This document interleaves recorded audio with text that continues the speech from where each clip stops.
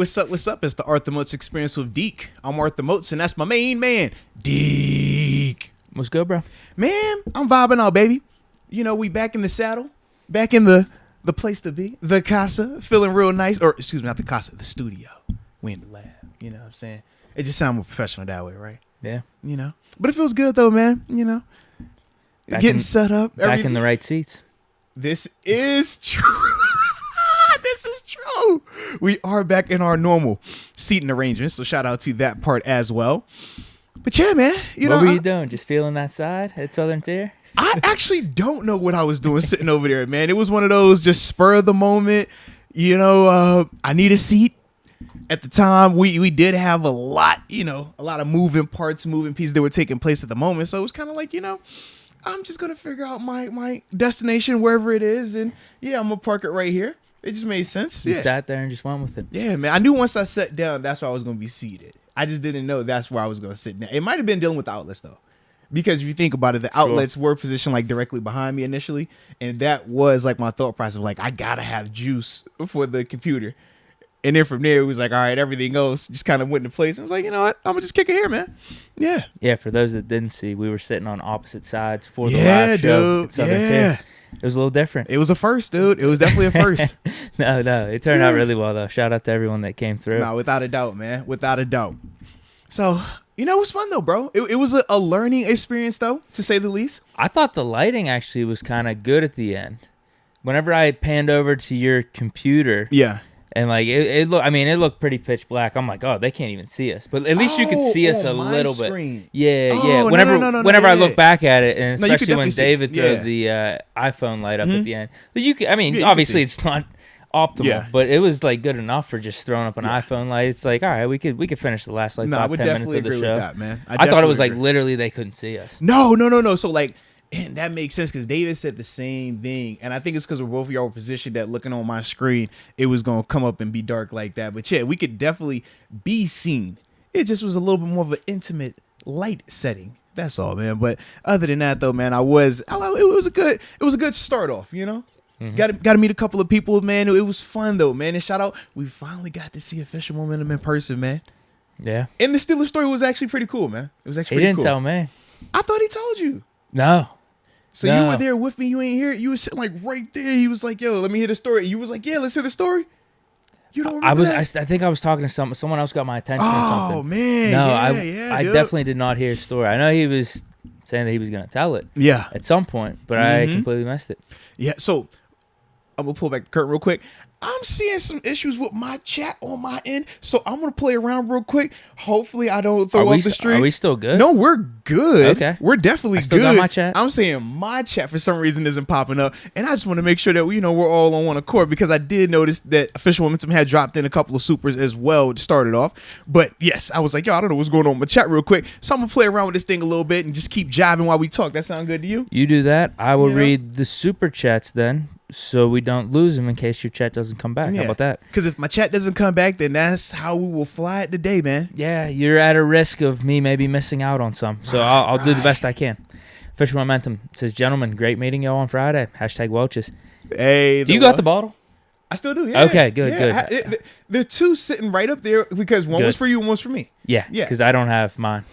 Of course you don't have yours. I'm glad you grabbed it. Official Momentum. AB wants to retire here in the Berg. #bruh. Well, we're going to talk about that here shortly. No, we're definitely going to talk about that, man. Without a doubt. We got to talk about that, man. Official Momentum. Deke, glad you're alive. My G. Prayers to the fam. Yeah, dude. I wasn't messing around with that story. Yo, that was nuts, man. I was not messing around. Yeah, for those that did not catch it on Friday, Deke said that his house was burnt down, man. Yeah, it was the weed whacker battery chargers, correct? Just burnt up on itself. Literally nuts, just sitting on a shelf. Nuts. I'm telling you, if you Google that particular brand, Ryobi electric battery, you'll find people's houses being burned down. So this is like a legit thing? I'm being dead serious. Like, they've recalled products, too, and everything. So, literally, maybe we just got one of their bad batteries, and it just went off. I'm like, how is this possible? Like, how are you allowed to be selling this shit? Seriously, dude. Like, that's literally life and death.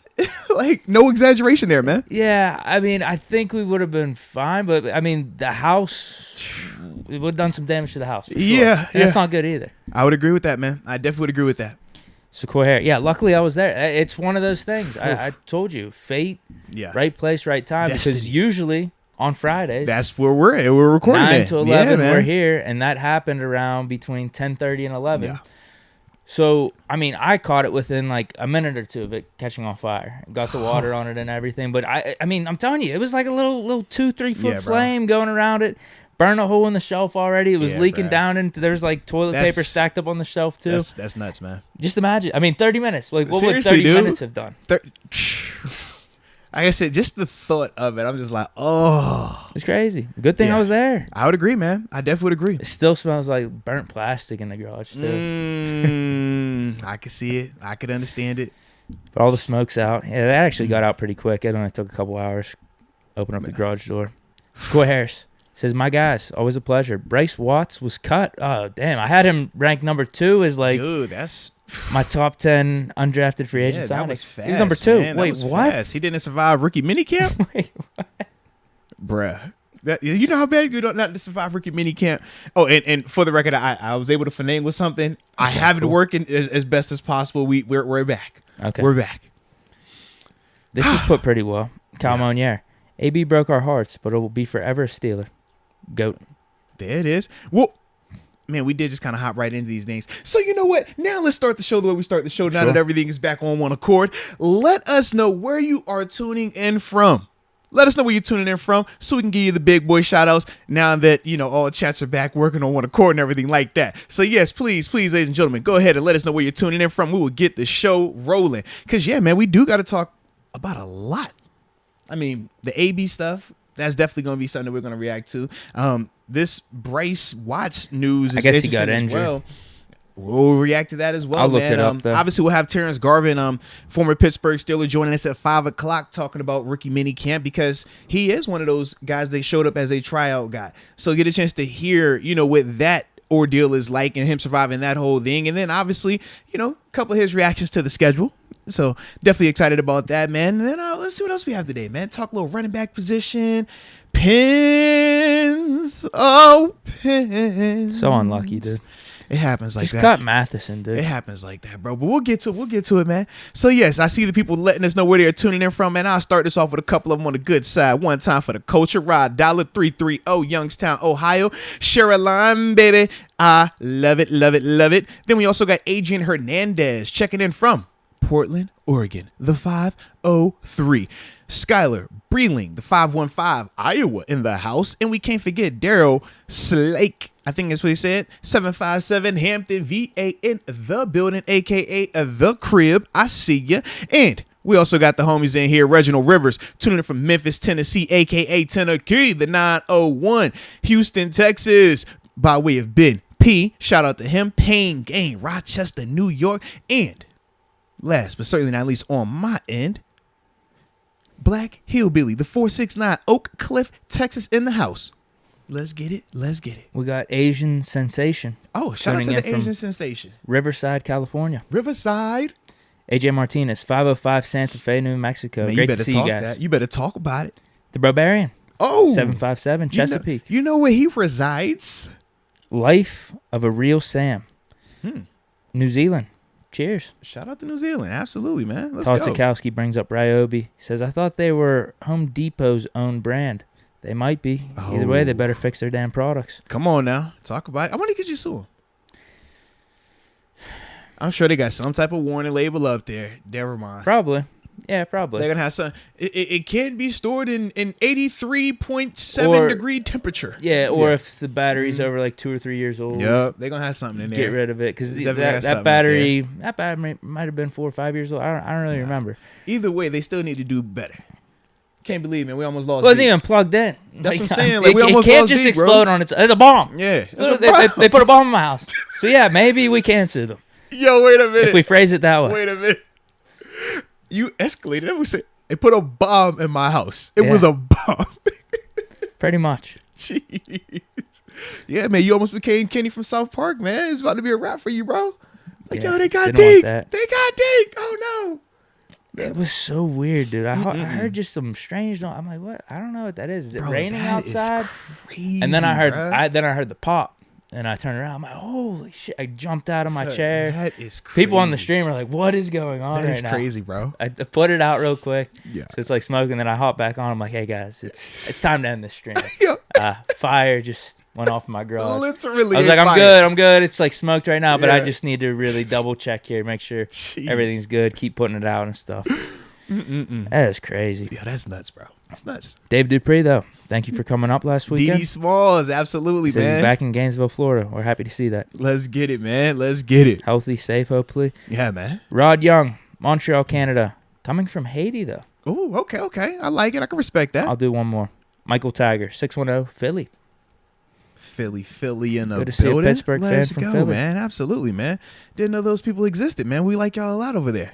Let's go, man. All right. Now we get back to these supers. Which one did you stop on? Was it? I got him. Official momentum. Oh, all right. We'll take off then. Saying Friday was a movie. Hashtag Moats dope, and bro. Deke and Welsh's. Shout out to the Welches, man. Hey, funny thing, man. I bring the bottles home, and the next day, wifey comes downstairs. She's like, "What are these 2 bottles of cider in the house? What is this?"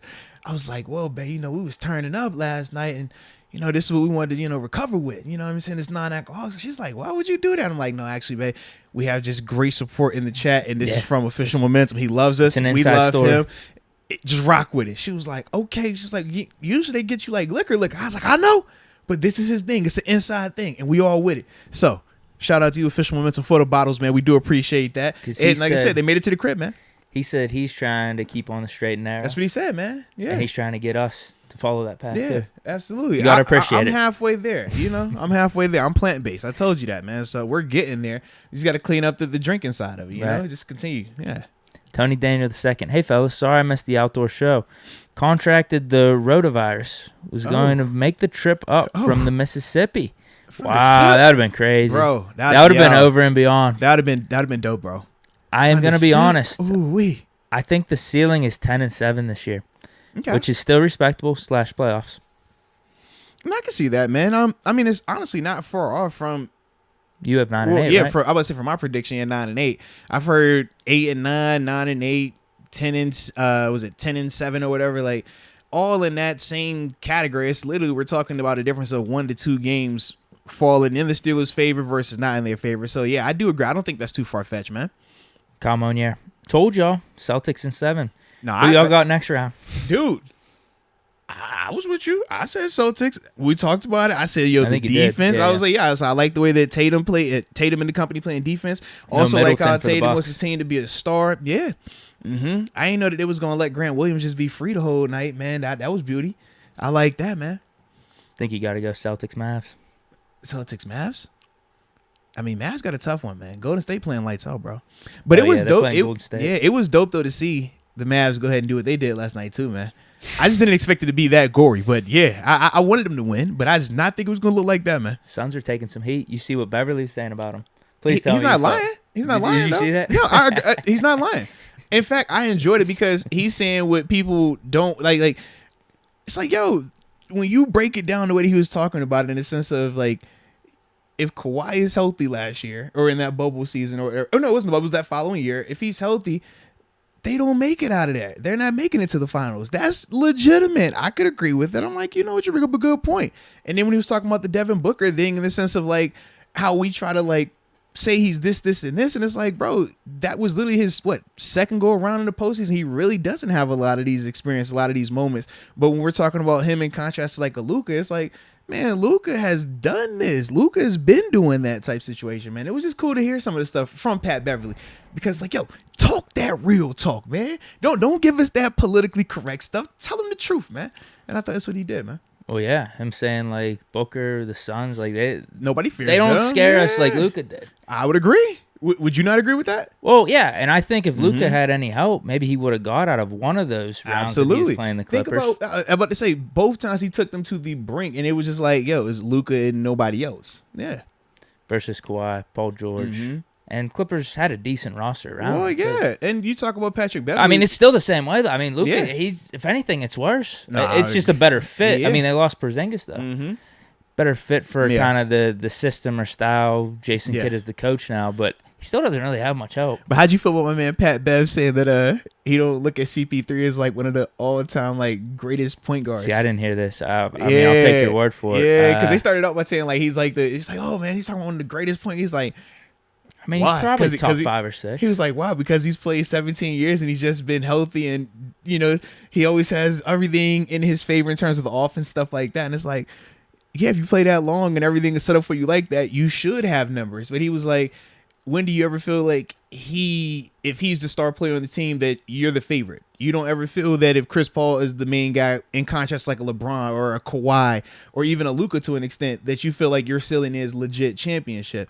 And he's like, if that's not the case, well, why do we keep saying that he's, top 5 or one of the greatest all time at this position just because he has numbers that are more related to longevity? And it kind of had me thinking about like in NFL terms when we talk about like Frank Gore.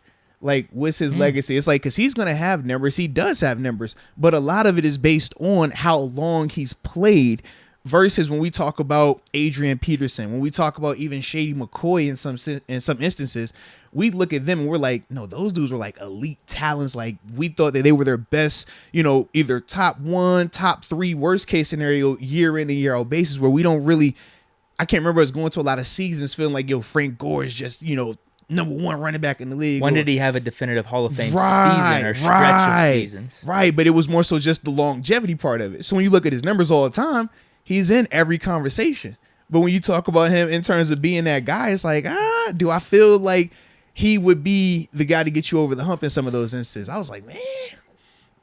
The points I would give Chris Paul, there's got to be at least probably 3, 4, maybe even 5 seasons throughout his career. He was considered top 2 point guard in the league, if not the best. Okay. And then the other thing I would give him credit for, I think he is a culture changer.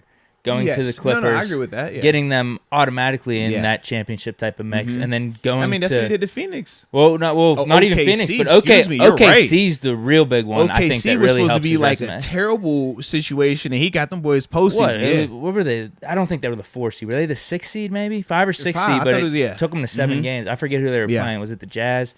But the fact that he even got that, and he played really well in the playoffs as well. Yeah. Mm-hmm. So that's what I think you got to give him some credit for. Yeah. And even when he went to the Rockets, if he didn't get hurt, they might be. They had the Warriors on the ropes. They did, and that was with Kawhi. I mean, that was with KD. Yeah. So I mean, he's probably in the top 5 point guards of all time. Yeah, I feel like he should be in the conversation, but I could understand Magic, I could understand where Beverly was coming from. That's all. You probably have the argument. Over Kid? Oh, I don't know. That's a tough one. I mean, I'd really have to look at that. I mean, you probably got like him and Stockton. Kid got a ring. Yeah, and that wasn't a cheap ring. Not at all. He was a legitimate part of that Mavs absolutely, team. Bro. Does who has the individual accolades though? I wonder, like All-Stars and MVPs and stuff like that. I don't think Kid has an MVP. Kid led 2 Nets teams to the finals. Yeah, I remember that. Oh, was it 3? No, it was 2. It was one Lakers, then one the Spurs. They both lost, but then eventually one with the Mavs. Yeah, I don't know in terms of All-Stars and stuff. That's actually close. I mean, probably between like Kid, Paul, Stockton. There's some arguments going on there, right? Who are you taking? You got Isaiah and Magic definitively in the top 2. Fair, for sure. Wow. Are we miss? We got to be missing another point guard. I mean, right? obviously we are. Yeah. We have to be. We always are. I don't know why I'm thinking Derrick Rose, but no, he should not be in the top 5.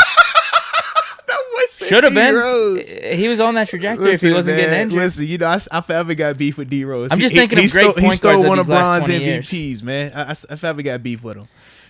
He definitely did. The storyline was there, though. It was. I get it. LeBron leaves the Heat. Everyone hated LeBron. But I still got issues with Rose, the hometown kid, doing it right. With him. I still got beef. Yeah. What point guards? Does anyone say anything? No, would you put Steph in that category then? Oh yeah, yeah. Because he's a true guard. Steph's probably number 2 then. I'd put him up over Isaiah Thomas. Okay, there we go. Let's see who else. First. AI. Whoa. Mm-hmm. All right. Yeah. I mean, I think he's in the conversation for the debate right there. Let me see. Oh, what's the chat saying? Let's see what the chat.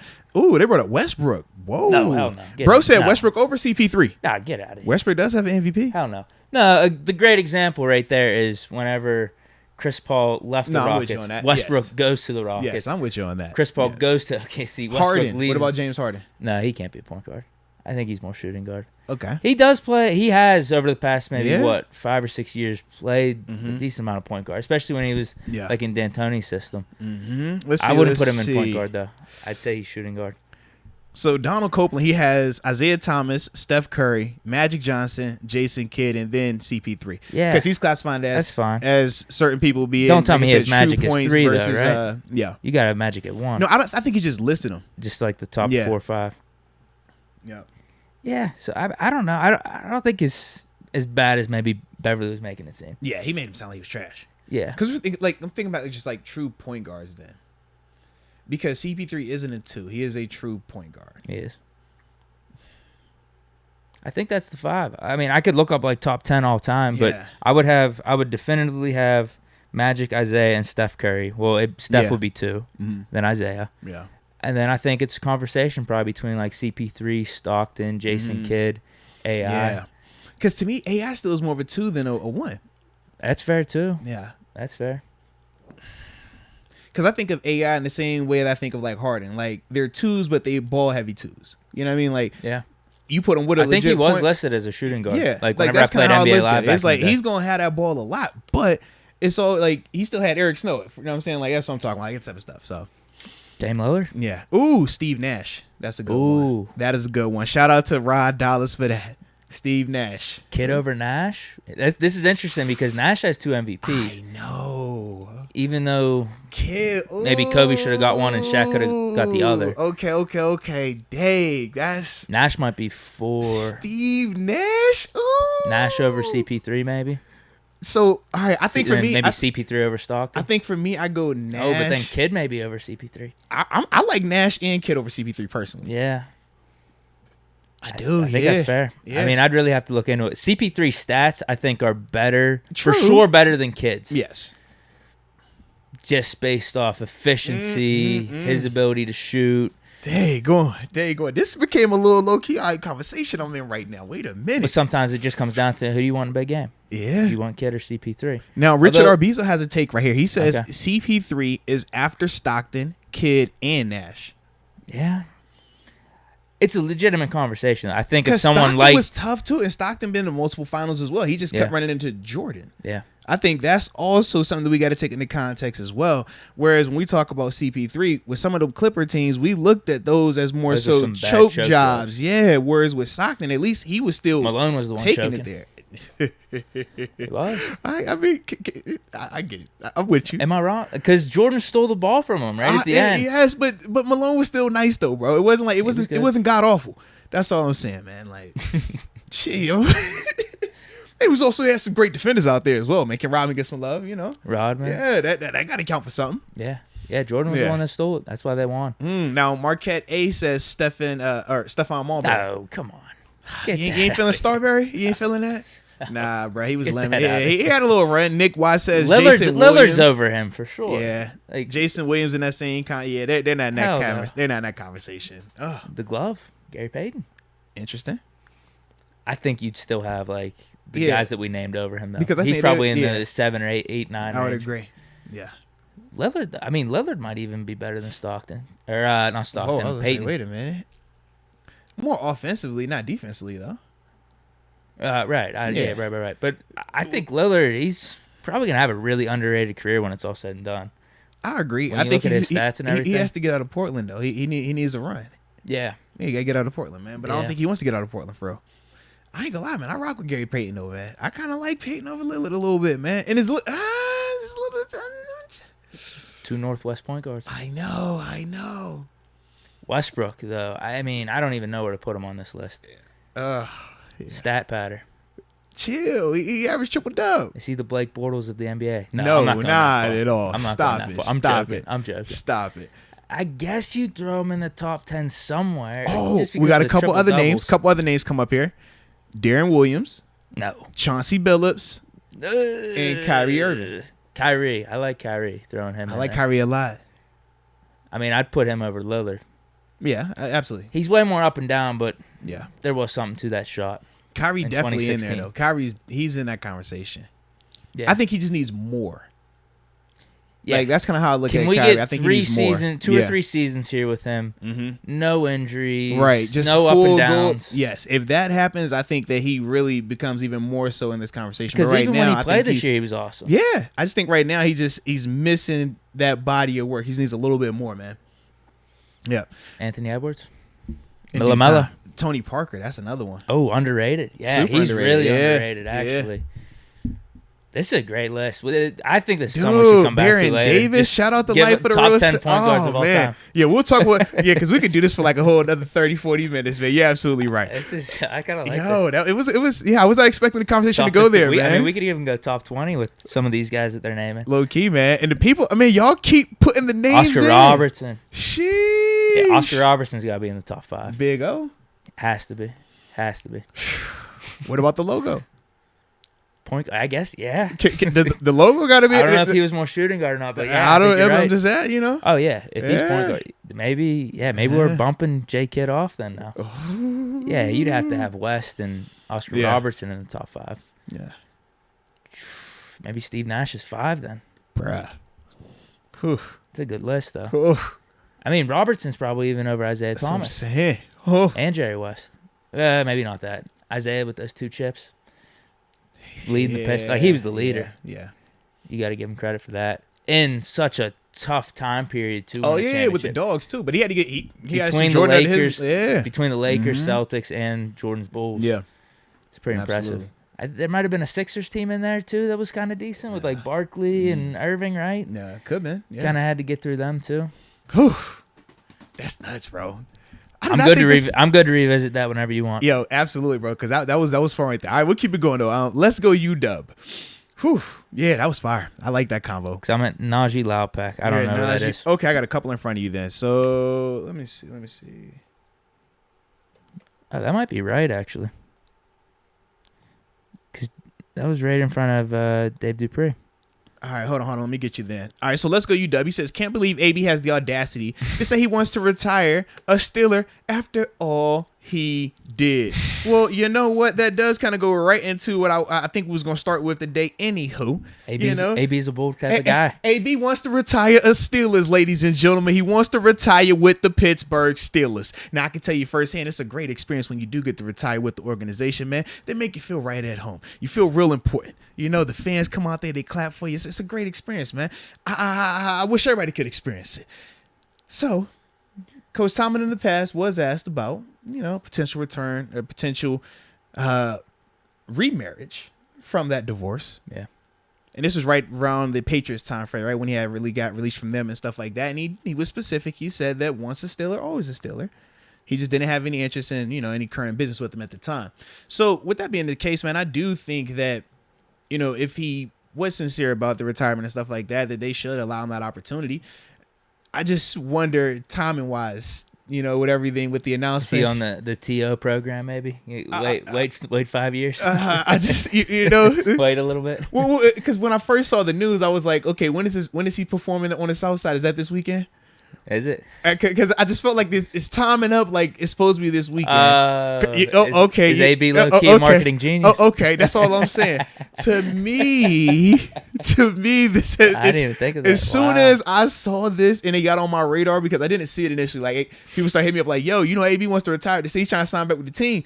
And this is before he came back and clarified that he didn't want to play. He just wanted to retire. So people are blowing me up. And I'm like, bro, chill. He has a concert this weekend on the South Side. This is genius. I get it. It's genius, bro. I like it. I understand the concept, man. It makes perfect sense.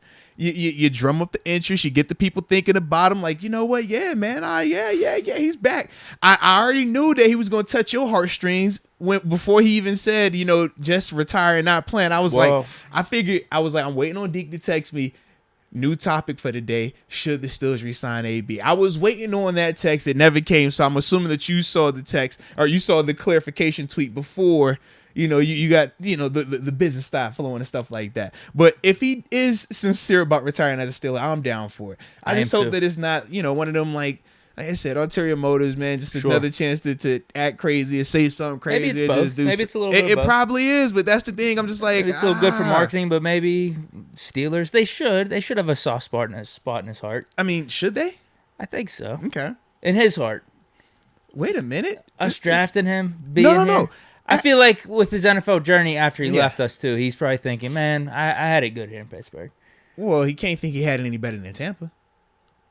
Yeah, I think, dude, I mean, how it ended in Tampa is way worse than Pittsburgh. I mean, at least he lasted how long here? Almost 10 years, right? I'm just saying, but 9 in the sense of like how good he had, like, bro, they rolled it out nice for him in Tampa too.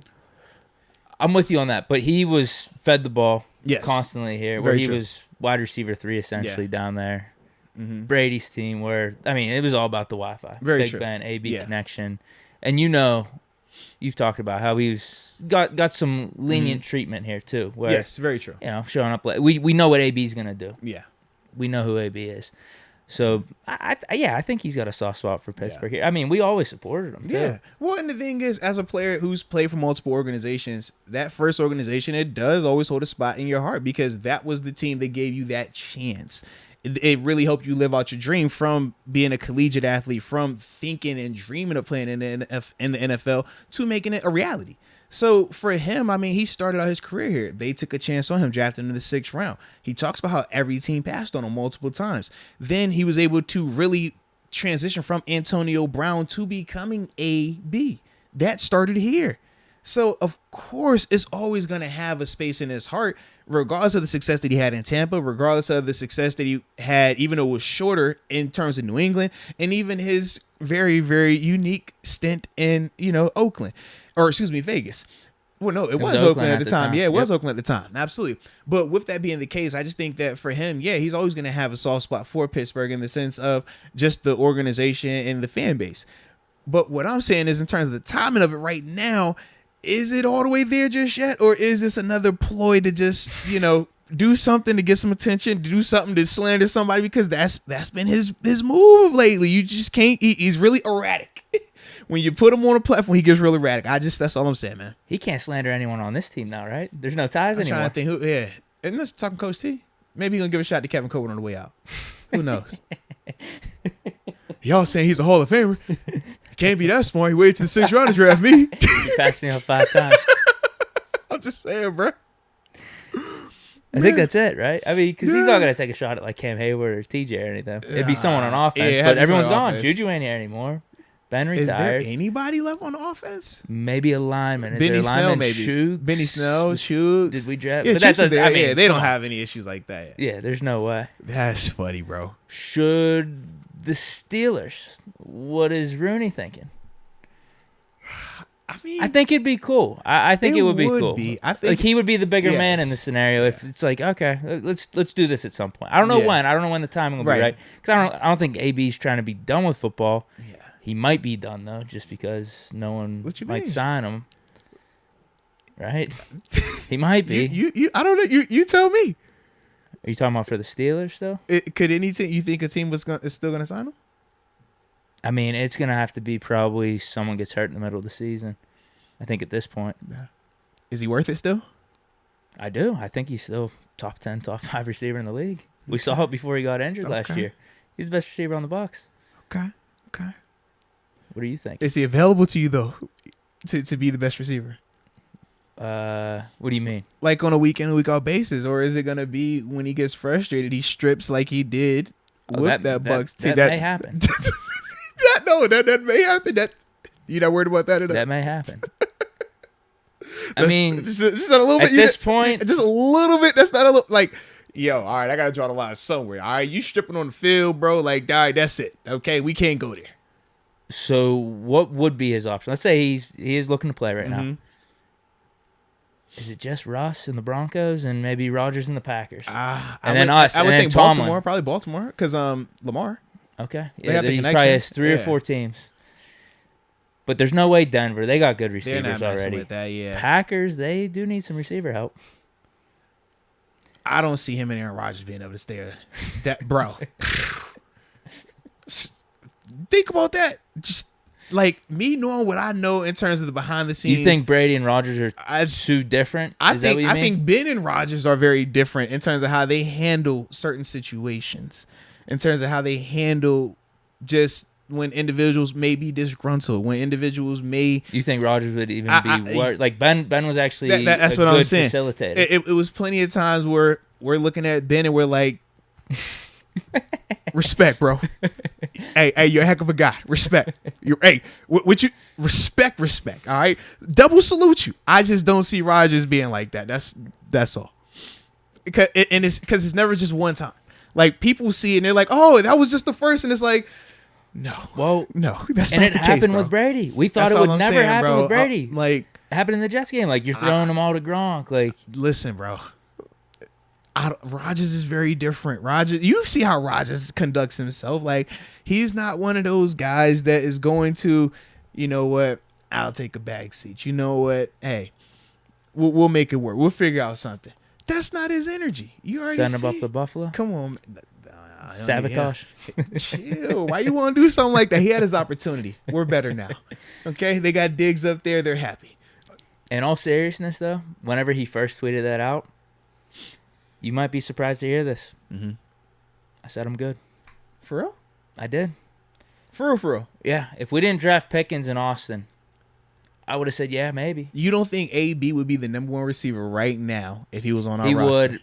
If Ben was here, I'd be all for it, no matter who we drafted or who Why? If Ben was here, you know it's more toxicity right there. He don't have any smoke with Kenny Pickett. At least you know what you're getting. They have that prior relationship. So he can mold Kenny Pickett. He could mold AB Trubisky. can mold Kenny Pickett. I don't want that. I don't want that. You don't want that one? I don't want that one. He could mold him, man. Let Pickett mold himself. No. He could show him the way to greatness, man. AB will have Kenny Pickett hand tweets lined up. Come on, man. I don't know what they'll be, but, I mean, he was real creative with Juju. What was it, Poo-Poo Schuster or something? Yeah, man. Boo-Boo Schuster. Everybody think they're number one till it's time to be a number one. That's what we say, right? Yeah, I'm good, dude. I'm good. You sure, bro? Yeah. You sure? It's time. I mean, I already told you I'm done with Bo. Okay. I think it's time with AB, too. Okay. I'm done. Okay. I'm done. Unless, here's the one scenario I could see playing out. Kenny Pickett has a really good rookie season. He gets established. We let Deontay go, and maybe one of the two rookie receivers doesn't pan out. So we got two studs probably in Claypool. Let's say it's just Claypool and Pickens. Okay. We're looking for a third guy. Maybe then. Maybe. And is this with AB sitting out for a whole season then? Yeah, I don't know what the scenario is. Maybe AB plays. Okay. He's on his best behavior. Everything works out. Shows some really good remorse. Comes back to Pittsburgh. There's a lot of things that have to align, but I would at least consider it then. That's a lot. If we miss out on Deontay, AB plays good this year. Don't hear a peep out of him. Wow. Kenny Pickett's established. That'd be the one last chance. I'm good now, though. I don't even want to think about it. I don't even want to think about it. All right, then. But if he's sitting out a whole year. That's what I'm saying. Like, he's not getting any younger. Yeah, maybe you just say I'm good at that point. Yeah, he can't. I don't feel like he can sit out for the rest of the season. I don't think he can do that. No. But at the same time, I don't see how a team will be willing to take a chance on him right now either, man. Especially with this wide receiver class that just came out. We talked about how good this wide receiver class was from top to bottom, the depth that was associated with it, the high-end talent. We thought that you could get a ton of, really good players in terms of the receiver position.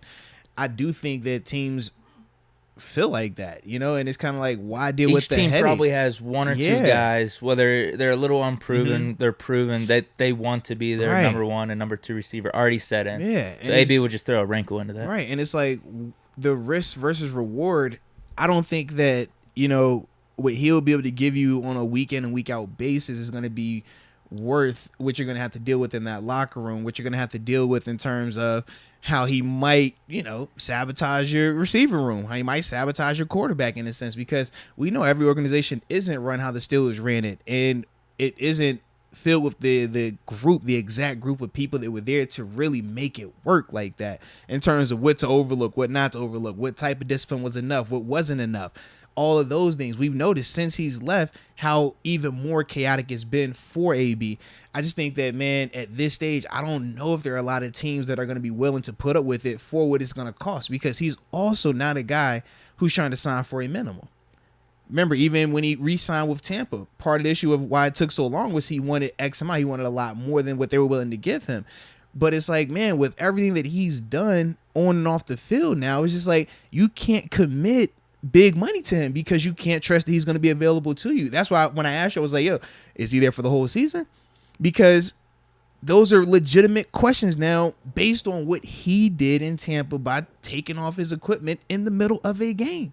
It's like, man, you legit quit on your team, and then you didn't even, you didn't even take accountability with it. Yeah, he just did a media tour. Yeah, he was like, okay, I'm a rapper. I'm a media tour. I need surgery on my ankle. Remember, because first it was, okay, B.A. Bruce Arians was, pointing, made the death threat or the gesture. So he's like, I'm not going back in. Then it was, they knew I had my bonus and they weren't going to give me the ball. So then I got mad. Then it was, I was hurt and they tried to forced me to go back in. Then it was, they benched me, so I just left. It's like, bro, you keep having different excuses every single time instead of just saying, I had a bad moment and I let it get the best of me, but I've learned from it. That's literally all he would have to say, and everything would be fine with him as long as the actions continue to go in the right direction. No, he doubled down on the Gronk stuff in the one interview. And that's the thing, like, he just won't take accountability. So it's like, when you see that, it's just like, well, why would I risk paying you millions in any capacity? Whether it's the Floyd Mayweather, remember that deal? Hey, I'll pay you $20 million, whatever team takes him if he lasts for the whole season. But if he does last, y'all got to pay me the $20 million back. It's like, bro, like, get out of here, bro. You're going to be down $20 million. That's what, if you want to lose $20 million, me and Deke will gladly take it. In fact, give it all to Deke. I don't even want the 20, okay? Because I don't want what's going to come with that 20. Deke can have that 20. I'm cool on it, all right? But when I think of him in these situations, I'm just like, you've dug such a hole where we are sitting here and we're both agreeing that, yes, you would be the number one receiver on our team today. But it's like, no, there is zero chance we want you on this roster right now. That's just crazy to me, man. Yeah. It's crazy. It's unfortunate, but it's crazy, bro. So are you with me? Maybe the one scenario is Ravens. I don't know if they pick up a guy from now till the start of the season, like a Will Fuller or something, but maybe one of their receivers gets hurt.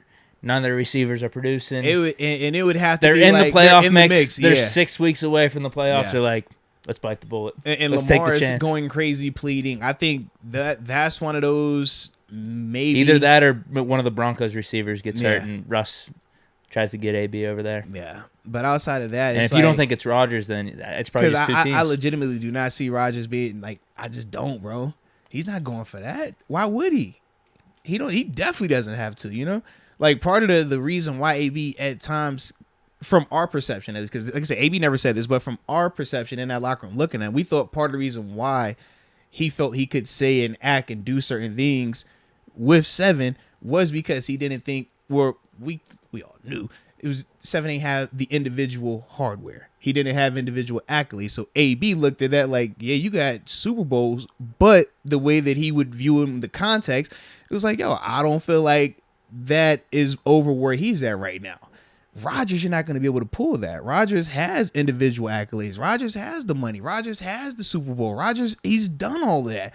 He's definitely for daggone sure not going for any of that nonsense, bro. He's not. And his temperament is drastically different than Ben and Brady, who are way more patient, way more lenient, way more willing to bite the bullet for the greater good.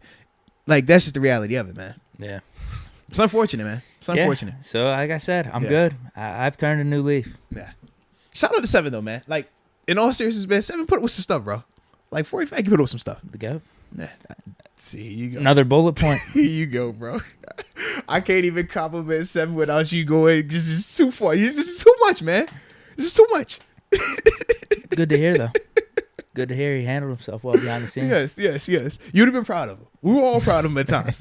It's like, yo, that's Seven? Woo, woo, woo. The patience, Lord. But anywho, as I look at we got about 15 minutes. Oh, perfect. Okay. So what I want to do, because we did have a Game 7 that took place, the other night. Last night, in fact. Yeah. Did want to give us a chance to react to that real quick, man, before we hop on the phone with TG. So we'll do that. Then from there, man, we'll hit the all the supers on the back end of that call. Sound good? Yeah. Sound about right. All right. So, yeah, man. Pens took a L last night. Officially lose the series. 4-3. But we did get Sid. We did have Jari back. Mm-hmm. What's your thoughts, man? Feel like the better team got sent home. Mm-hmm. But it's hockey. Yeah. Because I feel like we were the better team overall. Mm-hmm. We obviously had Crosby that got knocked out half of Game 5. He was out all of Game 6. We had Rackle, the dude that we traded for, basically out the whole series too. And we were starting our third-string goaltender every game outside of Game 7. Yes.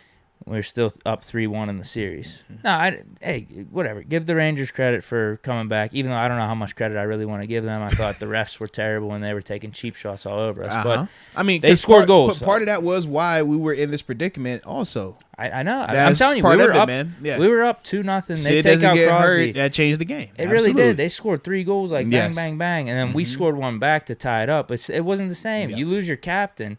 You lose the guy that we literally just talked about a couple podcasts ago. And he was the glue guy. That's what we said. It was like literally, like you look at even yesterday in his game.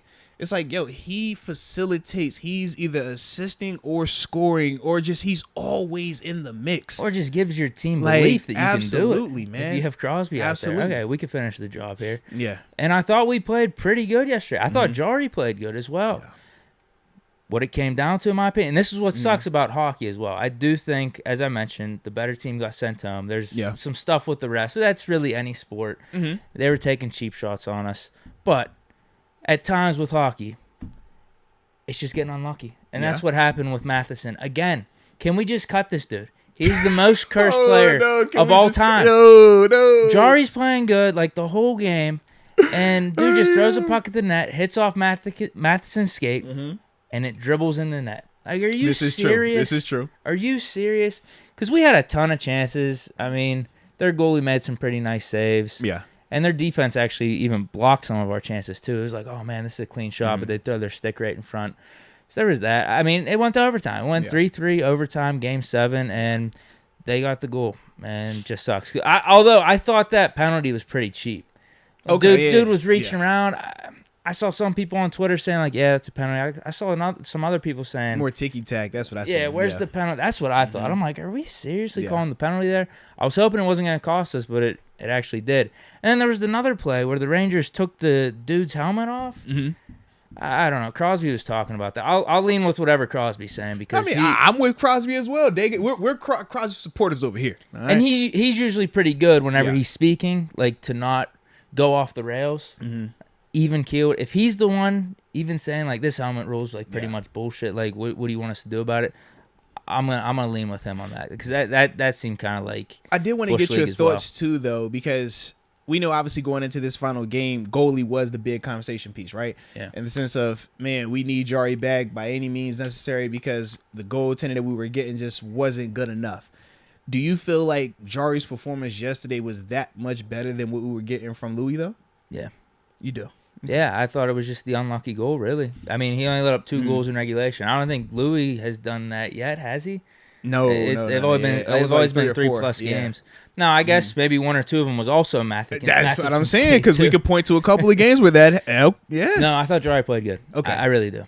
Because, in regulation, technically only letting up 2 goals. Yeah. I thought it was fine. Okay. I thought their goals weren't cheap goals outside of the I'm botching his name up. It's hard to say. Matheson's one off the skate. Yeah. I thought they had some pretty good goals. Yeah, like some 1-timers and stuff. It's just like, wow, this is a tough shot. Well, the new question became, we're breaking up the band. Who's going? Who leaves and who stays? You run it back, dude. Bro, you say running back. I'm hearing people say Malkin got to go. No. They saying Letang got to. Like, that's what I'm hearing. I'm not understanding that. Now, Letang's defense is questionable. Okay. You want to try to get him probably on a cheaper contract. He'd be the one I think you could let go out of the 3. But he still had 68 points as a defenseman. Enough. That's insane. Fair enough, yeah. So he's still playing good hockey. Malkin's still playing good hockey. He's averaging a point a game. And then obviously, you're not letting go of Crosby. No, let's say because from what I've seen, they saying keep Crosby, but you want to make some moves. Got to make some moves, man. No, I think you run it back. But I guess for me, what I would ask you is, why do you feel like keeping this group together is worth running it back based on how they've been in the postseason these past couple of seasons? I think this one was more off injuries.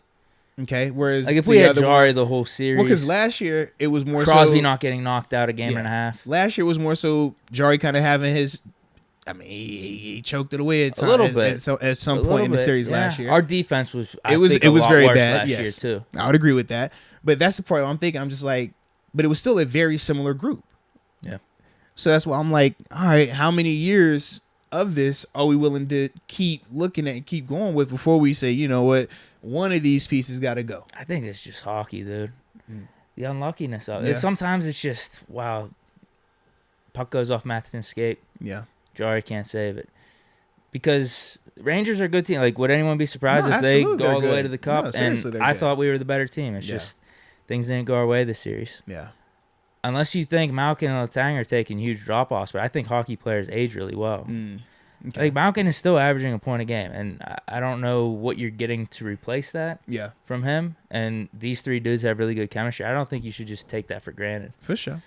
That's my thought. So I want to run it back with them. That's what these guys. I mean, I don't know if I'm too sentimental about it because these guys are Pittsburgh staples, but they're playing good hockey. And they've won multiple chips here. You know what I mean? When you're able to do that back to backs, you know, when you're able to bring that type of winning, of course you're gonna have a certain affinity for him. Shoot, I got an affinity for him. You know what I mean? Like, because we were here for that. We got to endure that, man. I remember sitting there, you know, watching it live right down at PPG, like, yo, this is crazy. Like, yeah. So we definitely feel that, and yeah, we are a lot slower to want to move on from them. But when I started to see that, and see, you know, not just one or two people, but like a legitimate amount of people feeling that way, it was like, man. I want to know what the replacement plans is, though, because you just randomly getting another dude out there that's averaging point a game like Malkin. You're getting a defenseman that's getting 68 points for you in a season. Like, that's a lot of points. Yeah.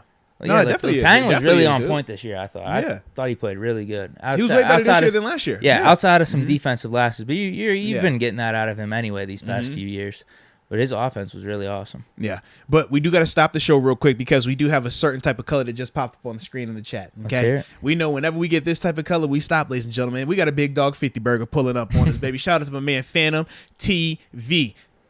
Shout out to you, baby. We greatly appreciate your support from the heart. From the heart. You caught up now? You got us? Yeah. I didn't hear this interview, but he says Calvin Austin sounds like Adam Sandler from The Waterboy when he talks. Whenever he scores a touchdown or makes a big play, we should chant Bobby Boucher or Waterboy. Let's make this viral because I know we all heard it too. So I actually have not checked out his just yet. I listened to Pickett. I listened to Coach T, and I think Pickens was the other one. I have not checked out Austin just yet. Yo, he said he sounds like Adam Sandler though. Oh man, not the Waterboy. Here's the problem. Is that something that's going to make him feel good about himself or worse? You're right. I don't want to be doing something that makes him feel worse about himself. Like, that's why we asked Smooth. Because he can be very self-conscious about that. That's why we asked Smooth. We were like, what do you want your nickname to be? Yeah. Whenever we were out at the softball game. We gave him options. You don't like Baby Gronk. No, don't do that. So, we're not going to call him Baby Gronk. He was very serious about it. He was like, I like Baby Gronk. Yeah, I don't want to be that. Yeah. So we call him Muth. So I don't think he's going to be one to be called Waterboy or Bobby Boucher. I gotta see what he sounded like. Was it more so just the cadence, or was it the repetitive talking that my mama's like? Because this is a difference. Yeah, you don't want to. It's a difference. You don't want to be making fun of the dude. I'm gonna say it's a difference, bro. It had me thinking about one of my former teammates, man. Actually, a West Virginia guy, Langston. Was it Ellis Langston? Played corner West Virginia. Was up in Buffalo with me, but he had a really bad stuttering problem. And he does an interview, and he like locks up, and people were like killing him for it. And, you know, on social media, it wasn't as big. Like I said, back then in 2010, social media just wasn't as prevalent. But we could see whenever people would talk about it or reference it, and they would call them like stutterbox, like how you could just see how uncomfortable it make them feel. And I felt like as soon as you said this about Calvin, I'm like, yo, it instantly made me think of him, man. Come on, we're trying to have him have a good rookie year. Yeah, and he would like be messed up about it too. Like you could tell, like, he tried to laugh it off and be tough, but bro, it was not cool, man. Yeah. We like your $50. I don't know if I like that idea. Oh, he said it was both too. Oh no! In terms of not just the sound, but the cake. Oh no, man, no. I guess I gotta watch it when I get home. And they're co-signing it. Jake Phantom, says you're right. Yeah. Oh no, that's bad. JA is kind of agreeing with us. He says, "Nah, that's lame, man. Let's not do that to young Calvin Austin." Man. Yeah, man. I would say I don't want to do that to that man, bro. Yeah, I don't want to do that to that man. Not here. This is family friendly. This is love friendly over here. Yeah, man. We need him to get 700 yards this year. Absolutely, and come on the show, bro. Come on, man. He ain't going to come on the show if he fear we true. picking on him, bro. Yeah, exactly. Yeah, bro. If he comes on the show, we can't have any of those comments. Yeah, come on, man. We don't slander ours. We don't slander our own. That's true. No. I can't do that. All right, so we got about 5 minutes before we're gonna hit up TG. So let's read a couple of these supers, then we'll hop on the phone line. Sound good to you? Yeah. I like it. Yeah, man. Shout out to the Pens, though, man. I love when we get a chance to, cross over a little bit, though, man. I know it's disappointing, but I like to see you in your element at times. Like, I just see you talking that hockey. I be like, yo, you do you. I did my best. You go. Cause see, I'm more of just a fanboy when it comes to hockey. But you this your thing. I'm a fanboy. I like fanboying it though, bro. Yeah, I mean, I probably should pay attention to the Penguins more, but I support them and stuff. Yeah. I paid attention to them way more back in like high school, college, but yeah, it just sucks. Yeah. I watched every game outside of whenever we were down Southern Tier. We couldn't really watch that game because we were recording what was going on. Lost that 1-5. I mean, how many games did we have bleeds in too? That's another thing where it's just like okay, sometimes you do got to close the deal, but I do think the rest were pretty bad, and the Rangers were pretty shitty as well. Yeah. But we did have one Pittsburgh team win this week. Actually, two Pittsburgh teams win this weekend, man. The Pirates. The Pirates, they won incredible. 1-0. Yeah, they won 1-0. Vogelbach had a bomb, I think, the day before. I love that. You know, so that was good. And the Pittsburgh Maulers won their first game. Did they? Yeah, man. Shout out to their quarterback, by the way. Who's that? So now they have a new quarterback. His name is Vad Lee. Former James Madison University alum. Absolutely. He was a dog at He just got hurt at the wrong time. But yeah, he actually came in the game yesterday and led them to 2 touchdown drives. He had a clutch one where, he has those, nice little bomb, double coverage touchdown. Then he has the game winner with 4 seconds on the clock, them down 5. I'm just throwing it out there, bro. His first time playing in probably like a year and a half. What did they do? Bench the starter or did he get hurt? Because I wasn't like watching to that extent, but like whoever that was in between for me, golf and the Penguin games. So for me, it was in between the basketball games. So I was like, all right, this is like in between, like because I think I had watched the Celtics had just finished up, and I had like an hour or two before the Pens game was coming on at 7:30 time frame. So this was like right in between then. But yeah, man, I'm watching. I'm like, bro, whoever the quarterback was. He got hurt in like a third from what I caught on. Okay. So like third quarter. And then from there, man, my dude Vad comes in. At first he's like rocky as heck. I'm like, bro, what are we doing? But then I'm like, hold on now, touchdown. Then I'm like, he started looking that purple, huh? He started to look a little JMU-ish. Next thing I know, I'm over here posting on my social. I said, man, I gotta put the vid up, and I'm tagging the Maulers. Never thought I was gonna experience that. Never thought I was gonna do that. When I woke up yesterday, when I had that was nowhere in the calculations, bro. But yeah. Well, shout out to the Maulers, commercial, man. They're playing noon on Sunday. Shout out to the Maulers, if you want to check bro. them out again. Listen, man, I might have to hit up my dog, have him come on the show or something, man. Like, hey, tell us that about would be the pretty Maulers. good. That's what I'm saying, man. Like, I just thought about it, bro. Yeah. Okay. Might have to do that. JMU connection. You got him on speed dial. Yeah, listen, man. We connected. There's a directory. Yeah. All right, you want me to? Oh, this might be you though. I'm at official momentum. Oh, yeah, I'm going to get you one real quick then. All right, so let's go UW. He says, can't believe AB has the audacity to say he wants to retire as a Steeler after all he did. I could understand the frustrations. I could understand, my man did burn the city down on the way out. This is facts. But I will say in context, he did do a lot worse other places. The helmet situation, that was a little bit more outlandish. At least we got some productivity on the field. I think you're right. That's what I'm saying. We I got think the most out of him. We got the most out of him, bro. The Raiders, the Patriots, and the Bucks in worse fashion than us. Yeah, that's what I'm saying, bro. At least he did his like in March, the off season. It wasn't middle of the season or just as the season's trying to get started. You make a trade for AB. You're designing your. This is like with the Raiders. Yeah. You make a trade for him. You're trying to design your offense around AB. Yeah. Can't even last like 2 months. Come on, man. And all the money that they was trying to allocate to him, and all he had to do was just not post a video and go crazy, and he would have got all that money. Think about that, bro. Patriots, he lasted a week, went off on social media. And all he had to do was what they say, just be quiet, and you're fine. And then with the Bucks, he didn't do that here. I mean, man.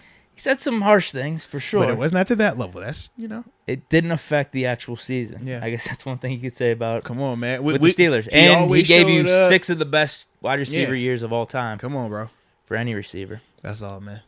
That's all. We doing this call? Yeah, because he actually just texted me too. So. Okay. He's on a tight schedule. Yes, he is, man. Shout out to the homie, though, man. Terence Garvin, man. We're going to get a chance to talk to him a little bit. Inside information here. Yeah, man, because he understands what the rookie mini camp is all about. He, is going to tell us a little bit about that tryout life as well, man. So I'm definitely excited to hear that from my dog, man. Brahm started playing a song that y'all was going to be like, bro, what are you doing? Yeah, no, we don't need that one today, buddy. Not today. All right, here we go. Call up the homie. Have a little fun in the city.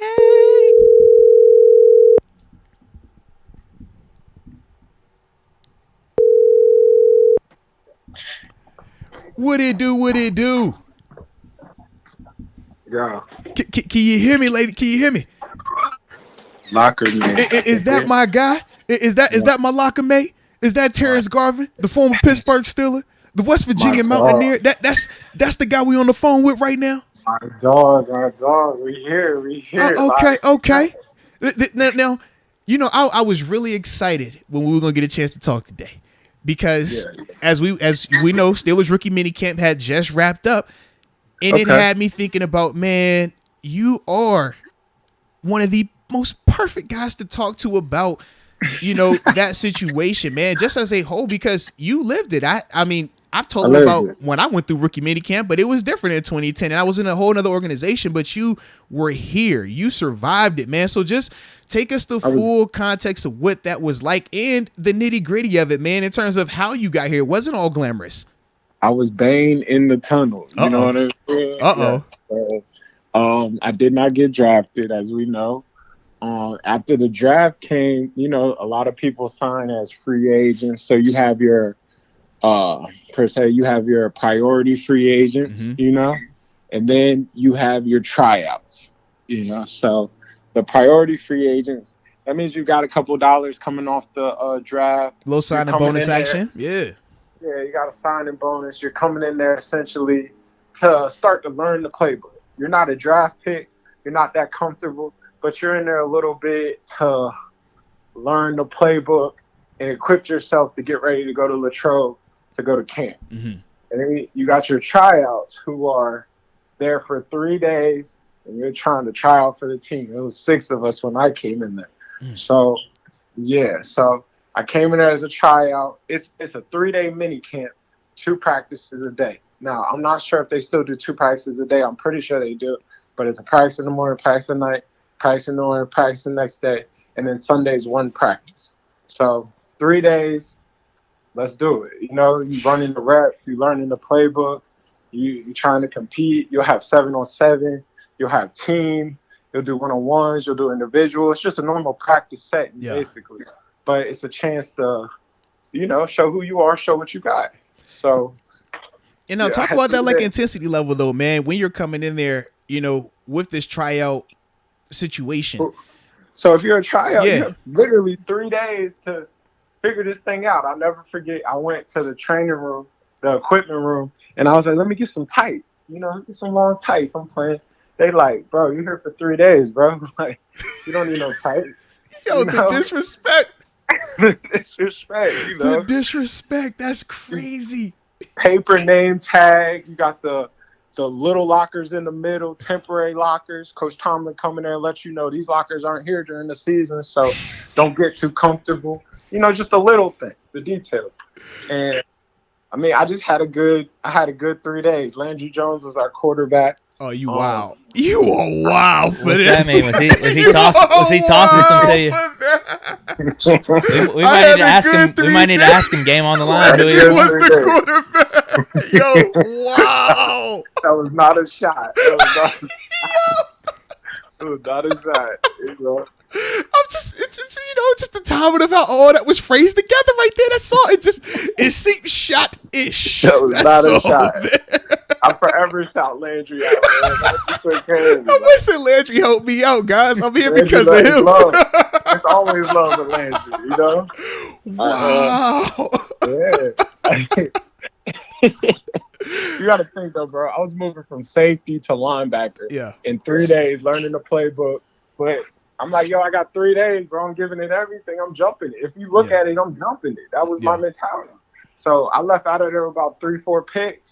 Coach Tomlin came and hollered at me, said, we're inviting you to Latrobe. I thought I made it, you know? I think I left out of there with $2,000. They taxes took $1,000. I thought I was a millionaire. I was good, you know? I'm like, I'm going back to Morgantown with $1,000. You can't tell me nothing. We're good. So training camps, the mini camp is a dogfight. If you're a tryout, it's one shot, one kill. Like, you got to go out there and just do any and everything you can to get seen. But at the same time, you have to show that you can be a pro and practice like a pro. You know, and I'm talking about that too, man. In terms of the practicing like a pro, practice like a pro. Stay off the ground. You know what I mean? Athletes, Coach Tomlin always says that. So you can't be on the ground. You can't be falling into people's legs. You can't just be out of control. You got to understand there's some draft picks out there too. You know, there's some top picks. You know, so don't touch the money. You know, we're joking around, but don't touch the money. You got to be smart. It's a joke, but it's serious. It's definitely serious. Don't touch the money. Like, that's what you're not gonna do. Touch the money, you're going home quicker than you think. Right. You know. What would have been your path if they didn't invite you out to Latrobe? If I didn't go to Latrobe? Yeah, like that time period in between then and I guess other NFL teams' training camps. Like, would you have got invited to another team? You possibly could. I've seen people go to other mini camps. You know, you have other mini camps during different days, during different weekends. So if you're able to get another mini camp invite tryout, you can go to that. But besides that, what is that based on then? A lot of the agent just trying to push you out there? I don't believe an agent can get you into a mini camp. You know, I really don't believe that. I believe it's based off of, it's just need. That might be an agent thing a little bit, like, yo, can my dude get a tryout, you know? But it's really hard to make it from that mini camp because it's just not a lot of opportunity. You know, you got your free agents that's been brought in. You got your draft picks that's been brought in. It's what do we need? Do we need a body here? In all reality, you're really just a body. Like, do we need a body here? Can we use a body there? Do we already have this field? And if they can use you and they can use you, you got some time. Yeah, and you're trying to do this. Vince Williams was my guy in there. Like, it was me and Vince in there. Vince was the 6th rounder. I was the tryout. But I'm like, look, bro, I don't know you. You don't know me. But we working together. I need you. You know, I need you. Like, if you see me jump something, just have my back with this. Yeah. And it's basic defense. You know, you're out there in cover 3. You might be in a little cover 2, tight end me 33. You already know. It's basic defense. They're not going to get too exotic because you don't really want to just teach your defense. But at the same time, you got to understand. You got to pick up on the defense. You got to be on your P's and Q's because at the end of the day, you only got 3 days. So you want to practice hard, get in the cold tub right after, get your feet together, get ready to get back there the next day and try to compete. When I was also going to say this, man, just talk about how difficult that could be at times, too, when you're doing this without pads, because that's the other element here. We don't get a chance to see the full, physicality as well, man. Some people's game is based off of physicality. Yeah. Some people's game you just said it between you and Vince. Think about that dynamic right there. You know, Vince is a thumper where, we talk about how athletic and rangy you are. Yes. And I always say, like, the stars kind of aligned for me because, like I said, I was coming from safety to linebacker. I really wasn't a true linebacker at the time, but I knew how to play man-to-man. Yeah. You're today's linebacker. That's the problem. You just came at the wrong time. I was a few minutes before my time. I was just a few minutes before came at the wrong time, bro. That's it. I could really cover your tight ends. I was playing really well in man-to-man. They give me 55, you already know, bro. They put me in a man-to-man situation. I was very comfortable. They were putting me in just different cover 2s. I knew how to cheat these defenses and jump something. So it was a fortunate situation because honestly, I got to play 7-on-7 ball. I got to play, without pads at the time, and that catered to my game. Got you. Now, some people, I always say it's tough for a D lineman to really shine at a tryout because you're not really doing one-on-ones. You might do them, but we don't have pads on, so it's just all it's all effort. It's finesse. You got to run to the ball every play. You already know how that goes. Yo, that's a nightmare. Yo, the ball 40 yards downfield, cover it down, go get it. Like, bro, you wild. You wild. And run back because you don't have time to give up no reps. Ain't no sub. Come on now. And it ain't nobody else. I think it's just us. They used to joke with us, but they like, we don't have nobody else. Yeah. It's just all here. So you got to take every rep. You got to keep yourself healthy, keep the feet healthy, those blisters on your feet, you got to keep yourself healthy for those 3 days, keep your legs going because, these are your 3 days. This is it. Yeah. You know? And it's tough. I think people essentially think you made the team when they say these mini camp tryouts and whatnot. And I always say it's unfortunate this Instagram and social media effort because people think you're on the team, but you're really there for a tryout. Like it's literally 3 days. It's tough because after them 3 days, if they don't see something they like or they're comfortable in that position or you haven't caught their attention, you're out of there. Like that's it. It's to the next spot. You know, and you just gotta wait, keep working out, keep the faith. See what happens. Yeah. Man, that's crazy. That's crazy. Yeah. But see, that's why I like it right there, man. Because I would say I know you could give us that in depth. I knew you was gonna be able to peel back that layer in the egg, man. Shout out to you for that, man. But I'm glad, man, when you think about your journey, bro, for you to have survived that and then put together the career that you did for as long as you did, man. That's a heck of a job by you, man. Big time salute, man. So look, I'm truly thankful.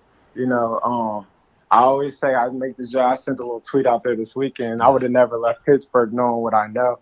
But it's kind of like, it's nothing like Pittsburgh salute. Like I always say, like the program is just, it's different. It's nothing like being a Steeler. Like it's love, it's truly, it's family. I've been different places. TG. TG. Now, TG. T, come on now, baby. I remember the way you used to look at them. It was a team out west. Boy, I thought you would have thought it was an IG model the way you was looking out there, bro. Come on now. I used to love them boys. Hey, I did. You know how many times I would hear you tell me about the Legion? Oh my God. He said I would have never left. I just can't believe this is what you just said. I'm putting it on wax. Wow. But I had built equity there. You gotta understand, like I built equity there. Oh my gosh. I hear the growth in your language. I hear the growth. Come on, like a home. I had put some equity in there. Oh man. You know? That boy, hey Deke, I'm telling you, bro. He says you with the that Legion of Boom. Oh man, you gotta peek. Oh man, Russ. Oh, you gotta get out there. Oh, I was a fan. It was hard. You gotta think it was a good. It was hard. They say, I gotta get out there. Oh man. Come on. You remember, I was trying to say, I got your back. We got your back. I remember you tried to bring that Seattle over here. They weren't going for it. It was like, nah, man, that's their thing. I don't get my true credit for this, and I'm going to put this out there on wax. Here we go. I feel like I brought the Who Ride, You Ride back. No, facts, you did. You did, though. I don't get my love for it. No, you definitely did. Bro, let's do this. Yeah. This is hard. And I remember I hopped in the middle the first time. Yeah. And Coach Porter was like, you're not the guy for the middle. It's love, but you're not the guy. Facts. But no, this true story. This true story. He definitely did. And I remember him also, like, because his whole thing is for you to be the guy in the middle, you got to be like the guy. Like when you're on that field, like it's no debate, like you're him. And that was his whole thing. And that's why when TG hopped in there and he said that to him, I said, I ain't ever going to think about this. Boy, I ain't about to guard like that. Heck no. Dudes will be hurt. We be going to the game. Dudes hurt. Like, who going to be the Who Ride guy? I don't know. I'm like, bro, they used to do this. I think this is hard. He definitely brought it back, though, bro. He definitely brought it back. Out the middle. They kicked me out the middle. Facts. That's when Devo came back from retirement. That was 14. Yeah. And that was it. That was it. I was out there riding with it. Yeah. True story. I was into the. You definitely brought it back though. I promise you. True story. I was into the excitement of a team. You know, I like how they did up west, down west that. Yeah. Ooh, got your back. I like that. I thought that was hard.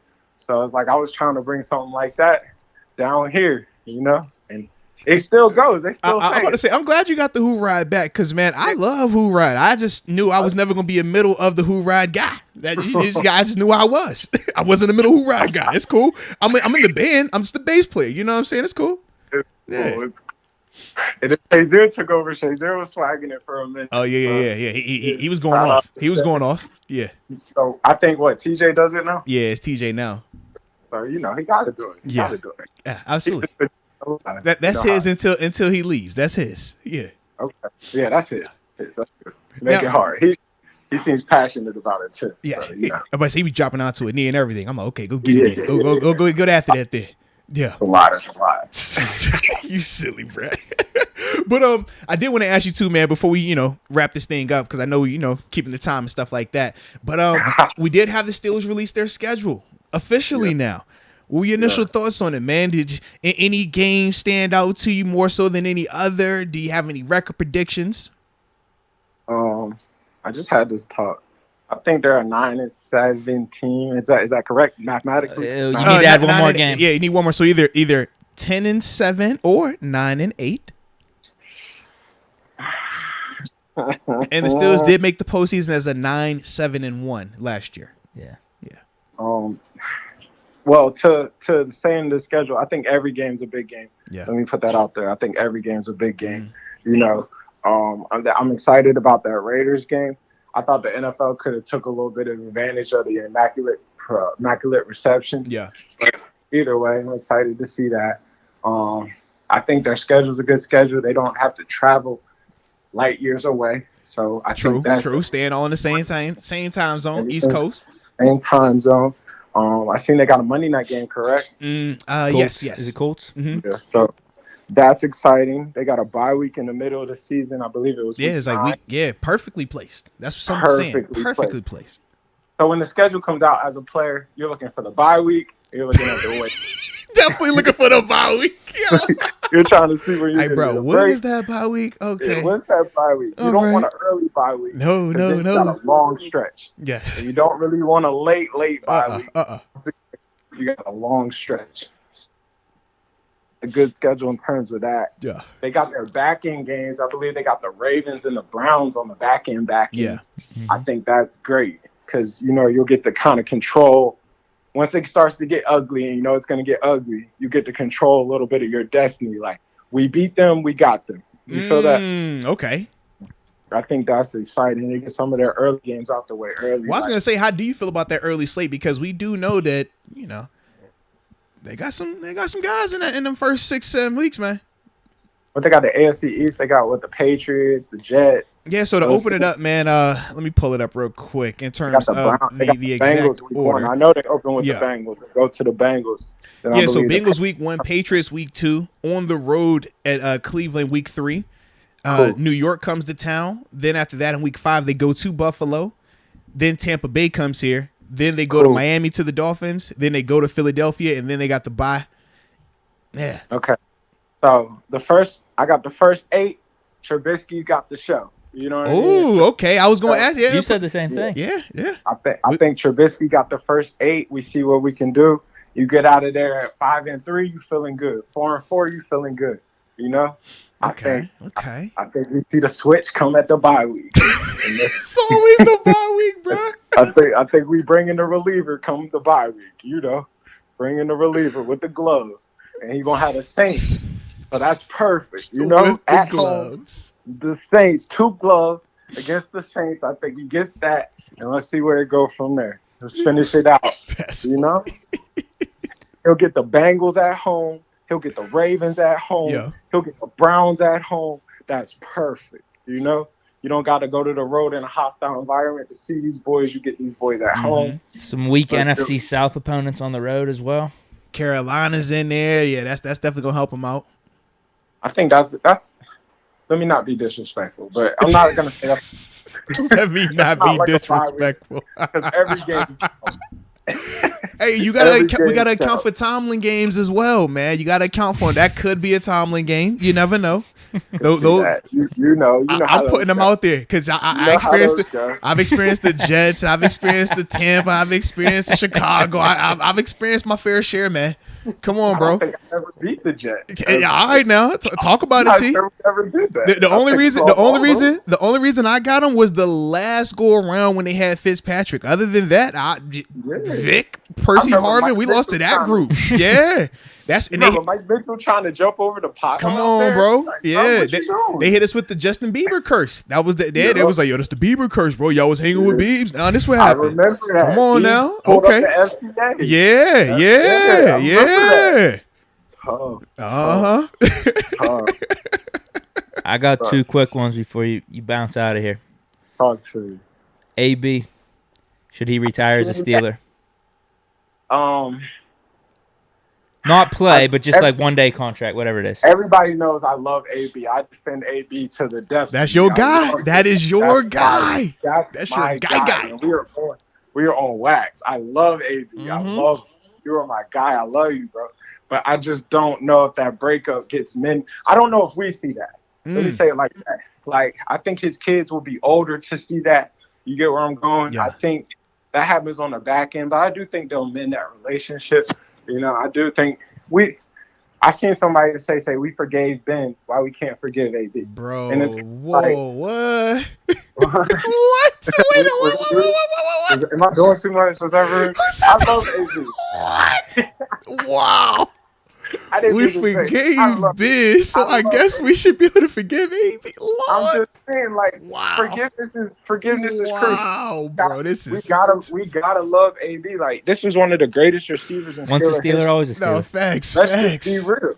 Once a Steeler, always a Steeler. This is one of the greatest statistical receivers in Steeler history. I think him and Hines Ward that's it. That's it.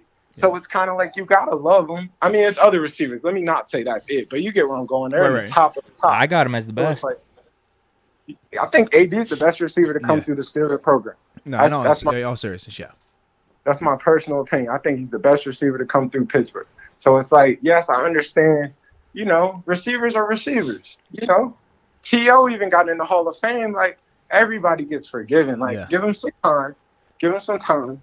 Let him get all this out of him. Let him be a good dude for a few minutes. Do some stuff. He did a lot of good things in the community. The kids love AB. This is true. You know? The kids love AB. Like, we still got that. So it's like, give it some time. Let it heal. Let these wounds heal a little bit. I think the problem has been, though, every time we try to give him time, he does something else. I think that's, part of it. Because, I mean, whether we're talking him leaving Pittsburgh, him leaving Oakland, him leaving New England, and even him leaving Tampa, a lot of those could have been avoided if he would have just been quiet. Just shh, AB, just chill. And that's the other part. I think it's perception too, though, correct? Because we could argue that he's never truly lied to us. It's just his perception of how he handled the situation. Absolutely, yes, and his delivery as well. Later on, Gruden and the boys got in trouble. The Raiders, later on, this Tampa thing came out. It got kind of ugly. Yeah, Tampa. So it's like the delivery though. The delivery is rough. The delivery is rough, but maybe the message isn't a lot. Fair enough. We can't be quick to judge that quickly because we truly don't all the way know. Facts. So let's just give it some time. Let's let AB relax for a minute. Let things cool off. Clearly, he's came to a sense of like, I understand the value of Steeler Nation. Yeah. But I believe that if you retire him a Steeler, you put him on that cruise, I think the people love AB still. Let's go. Last one. You brought up Landry Jones. We had this debate 2 podcasts ago. Here you go. Okay. Game on the line, 2 minutes, fourth quarter. You need a drive, score points, win the game. Who would you want as your quarterback? Mason Rudolph or Landry Jones?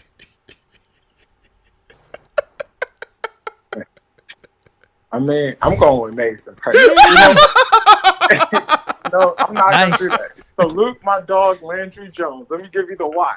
Landry Jones came to Morgantown in a hostile environment in Morgantown. Tavon Austin went absolutely insane that night. Yeah. He had 400, 500 total yards, and it was a hostile environment, and Landry still found a way to win that in overtime. He came down the field, and he handled it. I've seen Landry do that before. Look death right in the eyes. I've never seen Mason complete that. I'm going with Landry. I've seen Landry beat the Arizona Cardinals that day. Oh, talk about it. Thank you. I've Preach. seen Landry come in there, hit Marte in the back of the end zone. Okay. Then hit him again on the little post. And put Pat P and Tyrann Mathieu on hamstring alert. I know exactly what you're talking about, baby. I know exactly what you're talking about. Hamstring alert. Yes, sir. Yes, sir. Come on. I've never seen Mason do that. Come on. Landry got to try a couple stadiums. Couple of them. Come on now.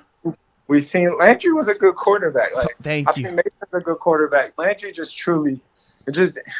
I would have loved to see Landry in another system with another world. I think Landry was a good quarterback. He just never really got to learn to truly be a quarterback, in my opinion. It's tough when you follow up just a vet. When you just don't think you have a chance, it's tough. It's a different ballgame. Yeah. So, to me, Landry was the guy. I would go with Landry. Nah, I like it. Hey, heck of a response right there, man. Big Landry guys over here, man. Salute to Landry. Man. Salute Landry. Some passes. Landry got me here. Landry making careers over here, man. Of course, man. Yo, you on foul, bro. God, dog. My man. Hey, well, as always, Locker Mate, man, you know we love having you on the show, man. Appreciate the heck out of you, baby. Appreciate it. My dog, man. We'll talk again. Thanks, bro. All right. Yo, he killed me. Oh, man. Did he not say Mason first? He did first. Yes, he definitely did it first. And then he changed his answer because he was like, Mason, he was like, you know what? No, I'm not going to do that because, and he was like, at first he was going to give our reasoning for why he chose Mason. But then in the middle of that, he was like, actually, let me give you some reasons. Yeah. And he talked about the Morgantown thing. The one I forgot about, to help my case a little bit, I saw Landry collapse in those 2015 wild card game. Oh, fair enough. We were up 15-0. He had to come in. Yeah. Then all of a sudden, it got bad. Up. Yeah. I think Landry will throw that pick. You know what I mean? Yeah. Whereas I don't think Mason's thrown that pick. You're right. We haven't really seen the definitive drive though. Close it out. I'm with you on that. We could point to Landry. You haven't done that. Yeah. But I've seen Mason play better these last, 3, 4, 5 games. Bro. I think that's more of who Mason is. Yeah. I hope so. I mean, that'd be good for Well, I hope not. I don't really need to see him. Too, yeah. I don't really need to see him. We got Pickett. I mean, you never know. Pickett could get hurt. His hand size could shrink a little bit if he runs out of his handstand subscription, Right. And it might be a case where, you might need Mason. So maybe. I like Landry because Landry wore gloves like Kenny. He did. Yeah, see? He did. Come on, man. I see the correlation between the two. The only ones, who's had the most success? Between what? Out of guys that have just worn the 2 gloves. Like, I've always worn Teddy the 2 gloves. Probably Teddy. Is it just him? That's all that year round. Yes, I can't think of it. That wore like in September. You could just say small sample size then, if he's the only one. Definite small sample size. I'm sure some other quarterbacks that was wearing gloves. Wore gloves, but I think a lot of times it was only on one. Yeah, and it was when it got cold. He wasn't when wearing he got cold, and that's what we talked about with Ben and Brady as well. Yeah. I can't think of anyone else. Is there any dudes in the 80s wearing 2 gloves? I don't think any of those guys did. No way. I'm really thinking back now. Did Doug Fleet wear gloves? Nah. Oh, he might have. That's the one I can think of. If he did, Kurt Warner. Okay, shout out to the analyzer, Kurt Warner. There you go. Cardinals. Yeah, he definitely did. Those were some of his really good seasons. Yes. And that was weird because they weren't in the dome back then, though, were they? They were. That was in the stadium. Oh, so he was in the new stadium. Okay, I wasn't sure if he was still part because Yeah. Okay. So then that makes sense then. Okay. There we go. That works. That works. Kurt Warner works. That's all I needed to hear. Yeah. We're good. Not too small of a sample size anymore. Well, so it's 50-50. So it's either Kurt Warner or Teddy Bridgewater. Oh Lord, You got to lean more Kurt Warner, right? Why? You just got to. Why? Is it because one's not?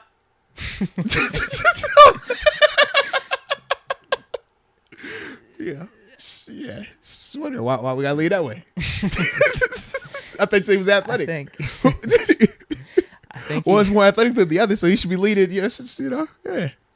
I think Rod Dollars brought up Phillip Rivers. Did Phillip wear him all the time though? Excuse me. No, I don't think he did. I don't think he wore him all the time. Yeah, no, I don't think he did. Kurt Warner definitely though. I remember Kurt Warner definitely. I remember Kurt doing 100%. I don't know if he did with the Rams though. I don't think it matters. Yeah. That Cardinals portion of his career got him in the Hall of Fame. Facts. So if he didn't have that, it's just like, oh, wow, you just had a nice run for like 2 or 3 years. Yeah. Although that's getting some people in the Hall of Fame these days. Darrell Davis. Come on. Although his stretch was a little bit longer, but it was really based off those 2 playoff runs, I think, right? It largely is, yes. It's pretty interesting, though. Yeah.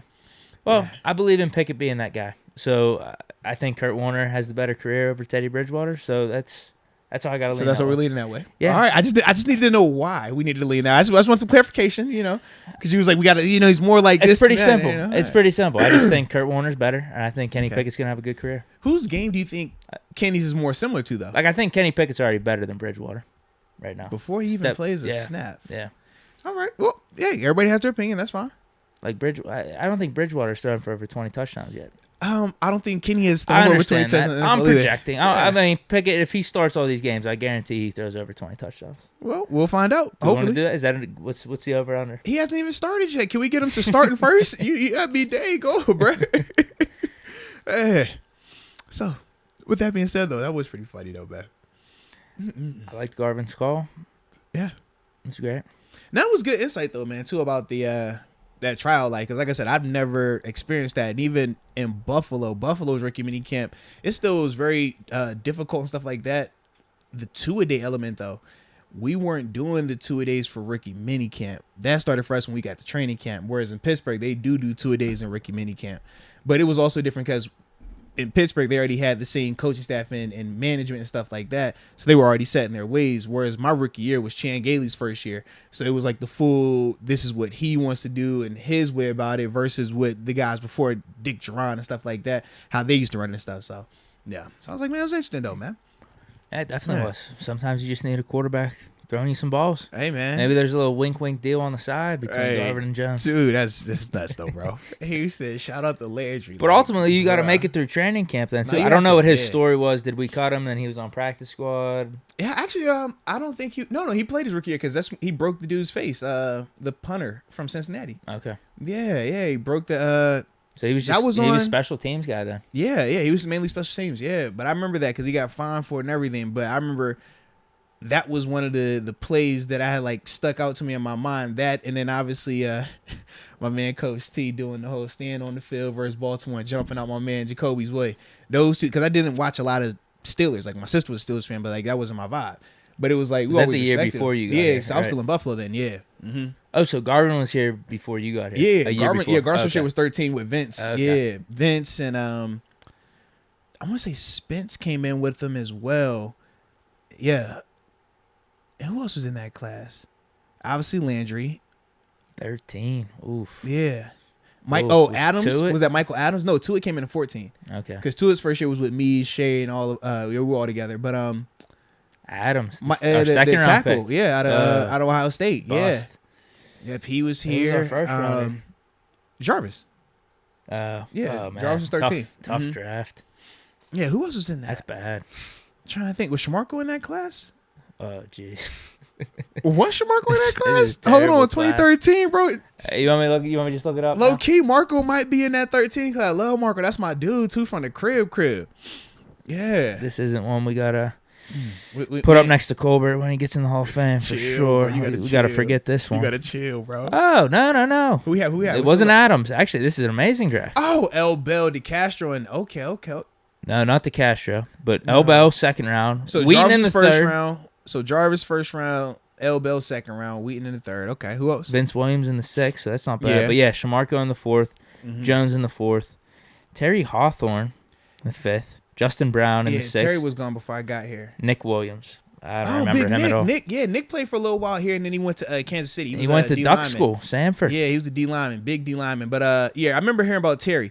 Whatever was going on with Terry, they said that he was just kind of like he came in and thinking he was arrived, and he was very short lived because that was like one of the first guys. It was like, yo, man, just because you drafted, it ain't no guarantee here.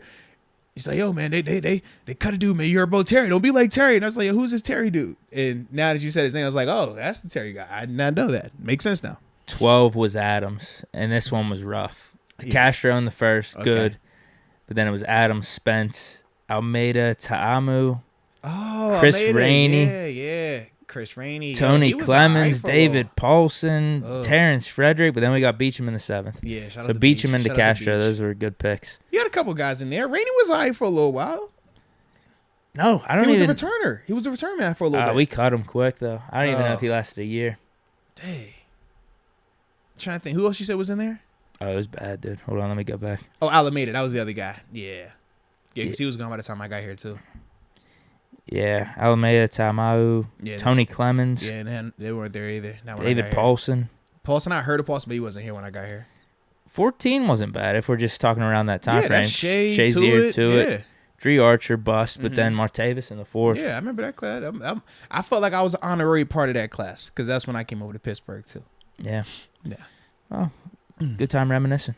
Yeah, shout out to that, man. Shout out. All right. Where are you on supers? Samurai Finn. Let me see how far. Oh, Lord. I think I'm pretty up, but it's probably going to jump on me whenever I scroll down because that was way back when we were talking hoops, I think. Yeah, so it's pretty up on you and it's probably going to jump on you too, huh? Okay. Yeah, that's what I think. Fair enough. All right. So let's see. I got because y'all was funny in the chat, man, talking about my man Landry and Mason, man. I kept looking down here at times, man. It's a hot topic. Yo. And then what really took me out though. Okay, I want to hear this. This is the part that took me out. And for those who are watching, they saw me chuckle at a point during the interview.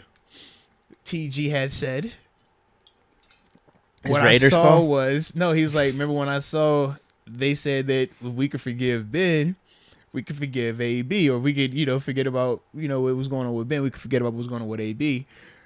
And y'all in the chat, y'all talk about which part are we talking about forgetting? We talk about the motorcycle or the other stuff, or is it this? Now I'm like, bro, y'all gotta chill, okay? So yeah, man, I was just it came up because TG brought it up. I was like, T, why you gotta say that? Yeah, I didn't want to get into defense mode there, but I was definitely gonna say like, defend Ben. I'm like, bro, this isn't even chill, man. Close. No, yeah, but he didn't say. He said that's what he had seen. He saw that. So I think was like, his point was just like forgiveness, really. Yeah, or just grace, whatever it is. That was his overall point. Just don't bring it. Just yeah. It wasn't. It's not the same. No, it's definitely not. And Ben Snare. I mean, I defend him. Bro. Trust me. Like, we didn't need to go down that path for sure. It wasn't the time. Yeah, but Zenon Bowie says, "Are y'all going to be at the Week 10 game in Pittsburgh?" Not sure. Just see Rod Dollar talking about everything, bro. Everything. See Rod Dollar, you the one I'm talking about. All right, it's you. It was you. Dig it. Quan Black, you as well. I seen you in there. Yeah, I did. Y'all was killing me, bro. Y'all was killing me, man. Y'all was killing me, but it was all good. But that's the Saints game. I am not sure just yet, dude. What? Oh, I was like, wow. I felt like we were just talking about scheduling plans like yesterday. The other day. That's what it was. Yeah, we were just talking about that. Yeah, so not sure just yet, but we'll figure out some info soon enough and get y'all some dates, man. So we'll be good, man. All right, let's go UW. He says Rico Bussey was cut as well. Oh yeah, actually, do you want to go over that? I had that pulled up on Twitter. Up. Yeah. Let's see. They were right on Bryce Watts. Yeah, I was unaware of that. Maybe either he was hurt or he played terrible. Which one was it? It's hurt. So hold on, let me find it again real quick. Go on Steelers Twitter. They had it. Yeah, you can't get hurt during rookie minicamp, baby. Yeah, so here it is. Steelers. We have made the following roster moves. Sign defensive tackle Trevon Mason. Okay. Sign cornerback Carlins Platel. Mm-hmm. Kicker Nick Skiba. And wide receiver Tyler Snead. We've waived Rico Bussey. Waived Sam Sloman. Yeah, we picked him up last year. Remember for the Hall of Fame game? He was like our test dummy for the field. Jeez. We didn't want to put Boswell out there. Terminated vested veteran. How about this one? John Simon. Interesting. Waived / injured DB Bryce Watts. Okay. That is very interesting and intriguing. Well, a couple things first off. You said wave injured Bryce Watts. That makes sense. So if he pulls a hammy or something soft tissue, you wave injure him now. So essentially you do cut him, but you do that so that way if he does get back healthy by training camp, you need a body or however the roster shakes out, you can bring him back. Whereas if they just put him on injured reserve at this part of the season, he wouldn't be able to play at all. So that's the other context. Yeah, right. But that is the kind because remember my situation in Arizona. So he might be back. Right. So he has a chance to come back. Whereas in AZ, that's when I told him I was like, yo, just put me on IR because I'm washed. And I'm gonna just go ahead and rehab on y'all time, on y'all money. I ain't do the AB. AB wanted to wait. And I was like, no, just keep it on y'all dime. All right. So you said you were back in Pittsburgh like a couple weeks left in the season, right? Bro, I was doing Steelers Nation radio with my dog Wes Euler while I was still collecting. Shout out to Arizona. Shout out to the Steelers, man. It was a great situation. Pittsburgh West. Hey man. Hey man. It was all part of the same umbrella. That's why it worked out. But anything with John Simon? A little surprise there? A little bit, but at the same time, no. It's not like he was going to be in this rookie minicamp. No way. So when you're talking about him getting cut, I think it was more so if they liked what they saw with some of their younger guys. We talked about them bringing in. They saw young Terence Garvin out there. Yeah, man, you never know, honestly, because when we're talking about that third or fourth outside linebacker, not only are you talking about what can you do in terms of run support, what can you do in terms of pass defense, how athletic are you? You know, what do you bring us in terms of special teams?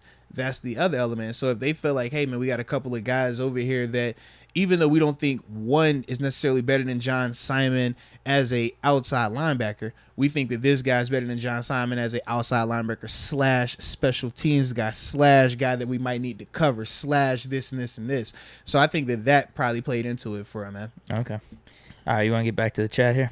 Yeah, let's get it, man. Absolutely. Najee Loudpack. Shout out to the homie Najee Loudpack. He says, going to make you guys a breakdown of places to go eat and drink for us while we're down in Southern Florida or South Florida. Miami. So Florida. Yeah, man. You know, if that is on the docket, because we do know they play with prime time down there. Yeah, Sunday man. Night Football, right? Yeah, that's gonna be crazy. I just got. So you're thinking about it? Well, I mean, in multiple ways. Obviously, the first part was like from a business side, like, you know what, man, it would be dope podcast down there, man, some type of event. It'd be dope. Then I thought about it on the, romantic getaway. I was like, man, me and wifey could go make a weekend of this thing, leave the kids with mama-in-law. We fly down, we'll stop in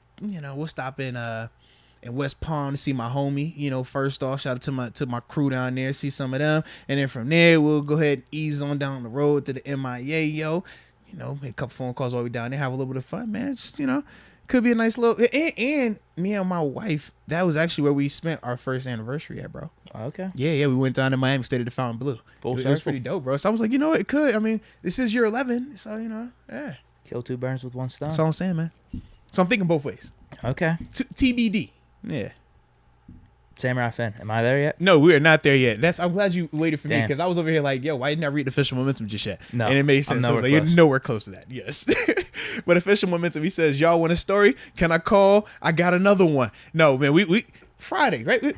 More than likely Friday we'll have the phone lines back open and everything like that, man. But yeah, because I want you to share your story too, man. That was pretty dope though, man. Hearing about you at 9-9, man. Brett Kiesel. Yeah, Okay. yeah. It was a cool story, man.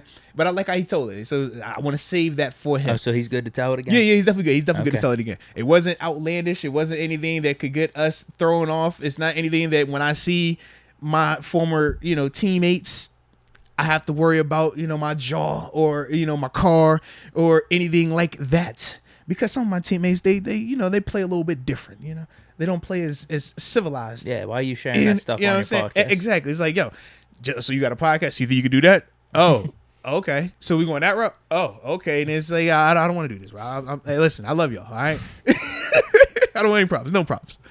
But anywho, he says, official momentum. I didn't know if I would have stole the show from y'all. Oh, if he would have told it while we were there on Friday. Yeah, man. No, it would have been fine, man. It would have been fine. It was dope. We just ran out of light. Yeah, that was the truth, bro. By the time, because we had other things planned for that night, but by the time it got to the midway portion, it was like, yo, Deke, you don't need a flashlight. I have a little bit more melanin in my skin. I need some light, okay? And I was just not liking how that was looking, bro. So yes. Well, at least it didn't get called any kind of rain, though. So that was a positive perspective. Yeah. We were worried a little bit. There was a little drizzle for a at the second, beginning. bro. Yeah. All right. Next up, Mr. B. Malarkey. He says, got ticks to the home opener. How rowdy we getting? Bro, that home opener is going to be that'll be good. movie. That's going to be crazy, man. Yes, indeed, man. That's one of them ones. That's definitely one of them ones. Let's go, UW.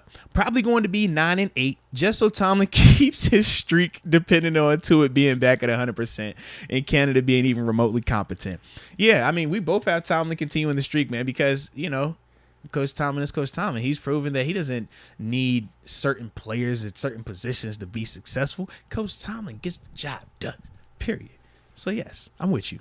Grant Patterson. Now, who you said you was at now?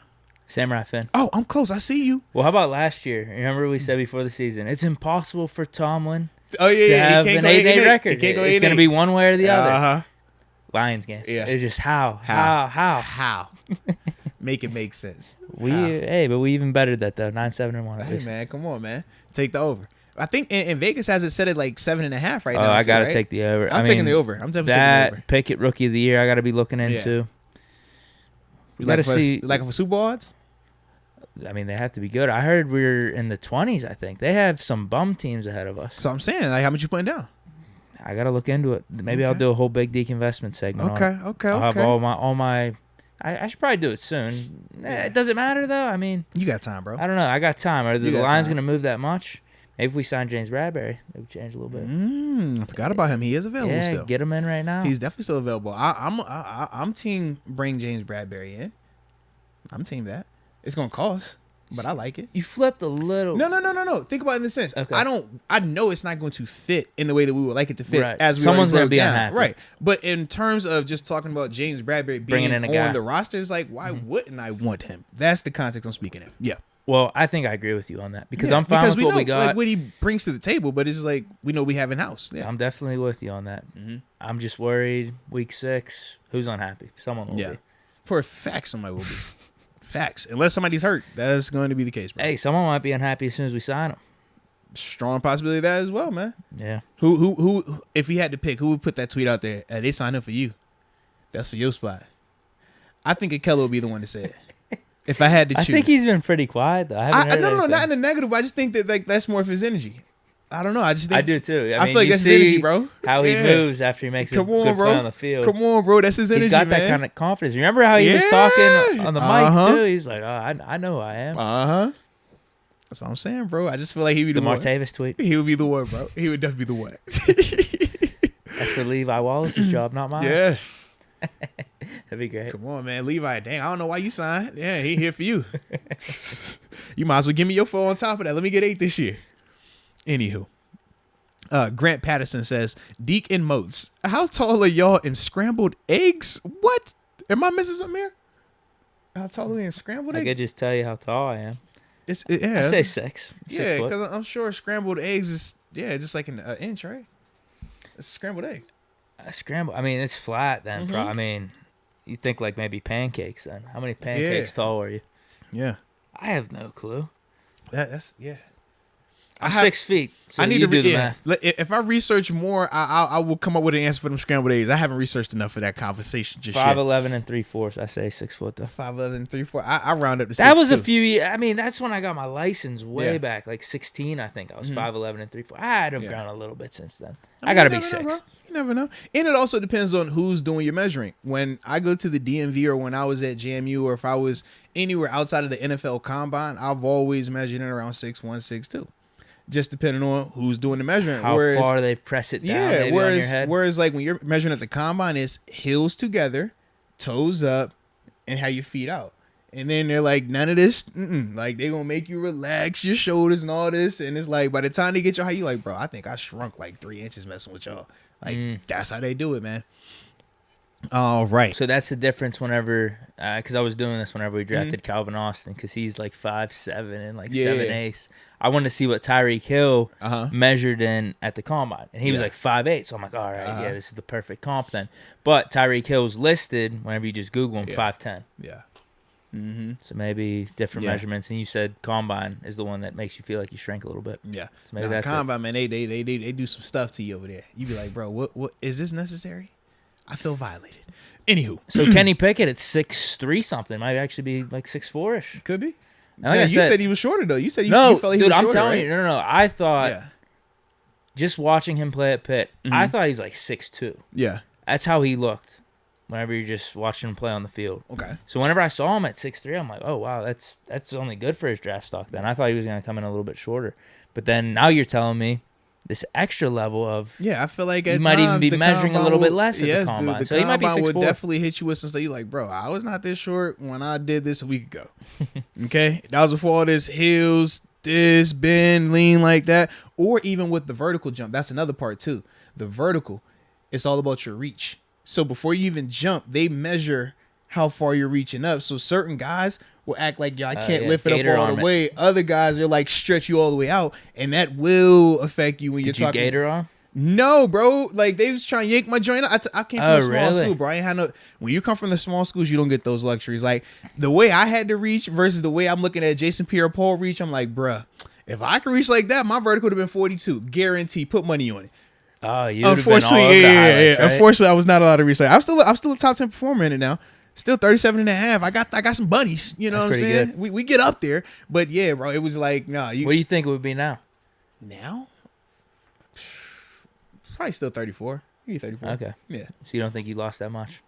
Nah, because I still like work out. I still am active. Like, gotcha. Yeah, it's just for me to like go to that level. Like, bro, that's me coming from like essentially like a boot camp mentality. Because remember, once I finished up my senior season, I had left and was just training around the clock for that. So by the time I got there, I'm like, yeah, I tell you my mindset. You know what I mean? It's killer. You know? Yeah. Whereas like now, man, when they tell you, bro, when you make it, man, it's hard to stay as motivated. Man, I wake up now, I'm like, yo, I don't need the 8 to 12 pack. I'm cool with just 6 of them things. I'm cool with, I don't need to have 4% body fat. I'm cool with 10, all right? I'm cool with it. I'm cool. I ain't tripping on it. That's where I'm at now in life, man. Understood. So, yeah, I don't expect to be able to go out there and jump a 37.5 or run a 4.54 or 4.65.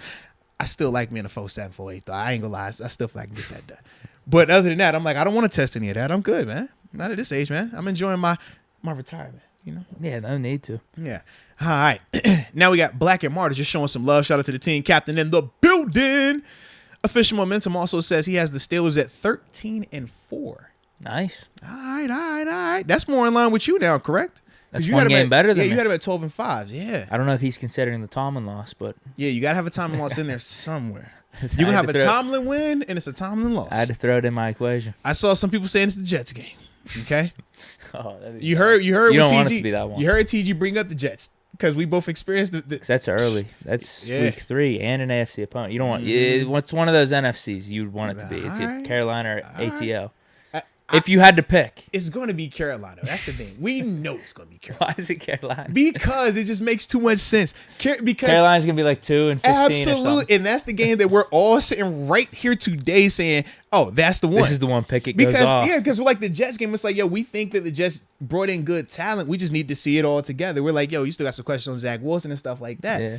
We don't feel like that about Carolina. With Carolina, we're like, oh, they are terrible. How could you lose to them? They might win 2 games max this year. They're going to fire everybody in the year. Yeah. That's going to be the one, bro. You know it's going to be the one. It's unfortunate, but that's going to be the one, man. This is going to be the one. That is going to be the one, off. Bro. Yep. Claims his territory for the Rookie of the Year. Uh-huh.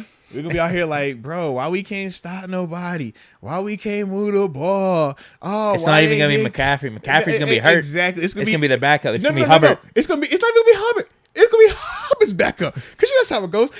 That's too convenient for it to be Hubbard. Whoever is Hubbard's backup, that's who's going to be the guy torching us, man. It always happens like that. Every single time. Mike Tolbert's still not on that team, right? We're correct. Yeah, but we're going to be hearing the storyline. Oh, Kenny Pickett, man, he going to get a chance to show Matt Rule what he passed up on and why he chose Pitt over Temple and all this other stuff. Who is it, man? Foreman from Tennessee. Yeah, exactly. And he already has a track record. So, boom. Yep, there it is, man. Donta Foreman, that's gonna be the one, bro. Yeah, I mean, he didn't do anything crazy against us, but he was steady. Yep. I couldn't believe that Tennessee offense last year. Come on, it was so boring. I'm telling you, man. So boring. You, bro. We do for one of them. But we have caught up to Samurai Finn now, so nice. we're on you. Parker won Finals MVP in the same series. Wait a minute, LBJ we are not Duncan. on you, man. I didn't realize Samurai Finn had multiples. Sorry for that one. I digress. We're not to you just yet. We got a couple more. Oh, so, okay. Samurai Finn says Magic Johnson, Isaiah Thomas. He goes Tony Parker, Steph Curry, John Stockton, Jason Kidd, and then Oscar. So, but with that, no Chris Paul. In terms of when we were talking about those top, are those in order? Do you have them in order? Or just listed? He didn't list them in like in terms of numerical, but those are how he had them listed in terms of that order that I read off. I think you got to have, if we're including like Jerry West and Robertson, he's got to be in probably that 6-7 range. I think he's definitively in the top 10. Because that's 2, 4, man. He's got to be in the top 10. He's definitely top 10, right? Yeah, for sure. Yeah, he's definitely top 10. I don't know where he's in the top 10, but he's in the top 10. That's what I said. This might be another conversation for another day. Yeah, because we're not going to do that again. Because we're getting to the end of this. I'm for it. I mean, I enjoyed that. It was fun. It's up to you, though. I mean, whenever. Yeah, we'll get to it again. Yeah, we'll get to it again. Kyle Monnier says, my QB rankings for this season, number 1, Kenny franchise. Number 2, Titty loving Mitch. Lord have mercy. God's good. Steelers? Yes. Number 3, retired Ben, the GOAT. That's what he has. Oh, come on. And number 4, Chris Oladukin. Oh my goodness. At number 5, Mason. Landry. If Ben was more mobile, he'd be number 1 though. Retired Ben would be number 1 on this list for this season. I like it though. Kenny franchise. Yeah, it's an interesting list. Shout out to Mitch, man. Yeah, because he's got 2 guys that I would want to put in the number 1 spot if one or the other wasn't on the list. So I just don't really feel like talking about it right now. Oh, you sure? Yeah. You sure? I was waiting to hear your thought process with this. Like, I was really excited about that. I don't really want to go through it right now. I'm just wondering, just curiosity, like, is retired Ben the 3rd best quarterback on this list? No. Where does he rank on this list? I mean, would he be 2nd? Would he be 1st? No, you know how it is. Yeah, he's 1. So who's that 2 then? Pickett's 2. Wow. So Kenny isn't Trubisky better than a Mason, retired quarterback 3, right I don't now? really care. What? So Kenny today isn't better than a retired quarterback right now. Well, let me put it to you this way. That's like saying, is Kenny Pickett worse than Aaron Rodgers, Tom Brady? I mean, that's the class I hold Big Ben in. But they're not retired. Ben is. When you're retired, that means you're washed. You're done. No, it's fine. over. He could play right now. You sure? I promise. For who? He could play for anyone, right? He is a free agent. He could be signed. He could sign anywhere. He could, but I think he's satisfied with his life. Okay. Steeler for life. Okay. That's what he said. Doesn't want Okay. to play for any other franchise. You don't think he could, if he really felt like he could beat out Kenny Pickett right now, he couldn't come back and do it? He already said it. He could take a vet, man. He could take cheap money. No, he said the GM and the coach don't want him back. He said it. Because the dollar amount, I bet they would take him for the vet minimum right now. If he really was about it, he could come back to that vet man right now, and they would for a fact, if he wanted to. If he truly believed it deep down in his heart, he could sign a conditional deal. He could sign one of them deals where, okay, every game that you're on the active roster, or every week you're on the active roster, we'll pay you. No, we'll pay you a game bonus of $8 million or however many $1 million they need each game. But he has to be the guy. If he truly feels like he could do that, he could do it. He is very much available. I'm just trying to, But yeah, I mean, if he wanted to, I guess. But yeah, he's satisfied with his life. So what does that mean for Kenny then? What? No, only good things. Kenny ain't better than a retired quarterback right now. Dude, you're number 2 to the GOAT. If anything, that's an honor. All right. Not a shot at all. Only good things for Kenny. Yeah, you're the predecessor to the GOAT. And what about Mitch? What that mean for Mitch, man? I don't think anything's changed at all. Because I would have had this ranking the same way. 2-3 months ago. No, I feel the same way about all these guys. Not 2-3 months ago. You would have had this ranking once we drafted Kenny. Because prior to us drafting Kenny, that was not what you were saying. Just clarify. See, here's the problem. We never did rankings of rookie QBs versus the other guys. Yeah, but you have made it clear that based on this class that you would much rather just not draft a quarterback. Well, I don't think it. No, here's what I will say. I don't think it was as much based off the class versus. No, I don't think it was much based on the class versus just, hey, I think we can win with the guys we got. Let's build up the team. Yeah. But dude, I don't know if it was Bryce Young, I would have felt like that crazy different either. I don't think it was as much about the class. I'm just going off of what you told me. Yeah, I stand by what I said, but you know what? Hey, we didn't go that direction. I'm good with the direction we did go in. All good, baby. All good. All right, official momentum. He says, when the next live show? I'm ready for my close-up. Well, technically every show is live, but the next on-location show, we do not know just yet. But next time, we got to make sure we got some other things written in this contract, man. Number 1, we need some lights. Number 2, make sure we set up in a nicer place. You know what I'm saying? Where the Wi-Fi is hitting a little bit better. But other than that, everything else be good. Yeah. All right, now we're the Samurai Fin, I think. Parker won the Finals MVP in the same series as LBJ and Duncan. I mean, no, facts, yeah. Parker is really underrated. Parker's nice, bro. Absolutely. Yeah, that Spurs series where they smoked the Heat and LeBron's last year was really a clinic on just great basketball. Hold on. That Tony Parker, I thought Kawhi got that Finals. Did he? I thought he did. Because I thought Kawhi has 2. I thought he has that one and the one in Toronto. I thought Tony won the one where it was... He might be talking about the Cavs one. Yeah. He might be talking about that one. Yeah. But either way, I mean, how the Spurs played and that last big 3 for the Heat, I think that was in, 2014. That was really good basketball by the Spurs. Like, Heat just didn't even have a chance. Yeah. Spurs were trying to get that revenge from the year prior with that Ray Allen shot. Yeah, that was the dagger. Bro, I never happened, man. For seeing that thing happen. Whew, lost crazy. my mind, bro. That was crazy. All right. Oh, yeah, it's still on you. We're good. Yeah, Anthony Georgiana. Shout out to Anthony Georgiana. Can you shout out Joe and Rick Georgiana? Sure. Hey, shout man. out. Major love, Big Joe and fans. Rick. Absolutely, man. Salute y'all. Fisher Momentum. Yeah. Y'all going to rock the stage with AB this weekend. Deke is ready. I asked wifey if she wanted to go. If you can get me down there, maybe I'll make. I asked wifey. I was like, "Hey, you can babe, give me a backstage pass." I said, "Babe, the homie pulling up, man. He coming into town. We pulling up. We gonna have a little, mommy daddy night out. Get a little wild on the south side, body shot. You know how we get it in." She was like, "No." I was like, "But it's AB." It could be a 30-minute stop through, right? Bro. You know what I'm saying? You could have made the night about doing something else. Yeah. I don't know if the Pirates are home this weekend. Right. You could have went to a nice little restaurant, Southside, Mount Austin. I'm just stop through. You didn't have to be there the whole night. Like, look, babe, we just trying to show our face. Exactly. Just trying to show a little support. The problem is we can't time it up. If it says 10, like I said, I don't think AB's there at 10, bro. If it's at 11, I don't think AB shows up at 11. If it's at midnight, 12. AB's not showing up at midnight, bro. 12 though, right? I do not believe he's going to show up on time. Okay, because I've seen him at bigger venues. I've seen him at more prestigious events. I've seen him even at charitable events, and it's just like he don't show up on time, and with way more consequences. I've seen it. It's like, yo, that's AB, man. Low key, this would be a great idea. Big Deke News live reporting from AB's concert. Come on, man. And I just give the live report of when he's showing up. Right now it's start time. Still no AB. They would love it. They would love it. I would love it. It'd be hilarious. I'm telling you, bro. But I am not. Yes, yeah. I already know what this is gonna be, bro. Steeler Lee. I'm cool in the pit and the palace and all that other good. Too many good stuff. impressionable wide receivers for AB to play with us. Yes. Yeah. One of the reasons I said I was good.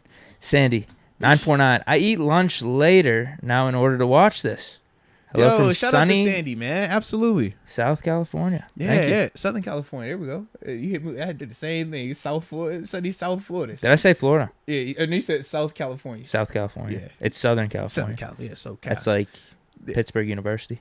Versus University of Pittsburgh. Absolutely, man. Or University of Pittsburgh. Or you just say SoCal, right? Yeah. I guess I could have done that. Yeah, but shout out to Sandy, though, man. Sandy awesome, man. Let's go, UW. Rangers, bunch of Bush League players out there. I agree. With multiple headshots against Sid and Jake all series they long. even clotheslined them low-key yesterday. My man Sid just trying to get a little action on the rebound. Yoke him to the ground. I'm like, bro, you got to chill, man. Chill. Y'all doing too much. The NHL doesn't care about concussions like the NFL. Letang and Kapanen need to go. I'm fine with Kapanen going, but if you can keep Letang, why not? Okay. I don't know if Letang's trying to break the bank. I don't know what he's looking for. If he's looking for that might be tough. If he's looking for Crosby always gets those $8.7 million deals every year, and that might even be underpaid. So Letang might be able to get double digits out there. He might. If he's looking for that, that's going to be tough for us to resign him. I think Malkin's going to do whatever he can to stay here. I hope if I had to bet money. I don't want them to break the band up, personally. Yeah, there's no way. Phantom TV, we already did that one. Let's see. It jumped on me. Fisher Momentum. Okay, that's right. All right, I'm at J Hall right now. J Hall says, I just watched one of Calvin Austin's interviews. He sounds nothing like Adam Sandler's character. He's from Memphis, so he has that strong accent. Okay. We're going to have to check this thing out, man. We get some people saying that he does, some people saying that he doesn't. We're going to find out, though. I'll do my research later on today. I'll check it out. Am I at Fisher Momentum? No, you are not just yet, man. I was pausing and meditating, man. Say la, all right? I'm here. I'm back now.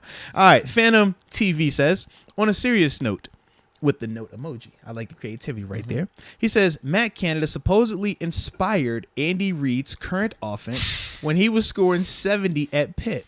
I want to see what he does now as he has a QB he wants. If Andy succeeded as a knockoff, I'd love to see what the original can do. Where do you hear that from? I do not know, bro. I do not know. I will say this. To credit his point, I don't know where he found that quote or information from, though.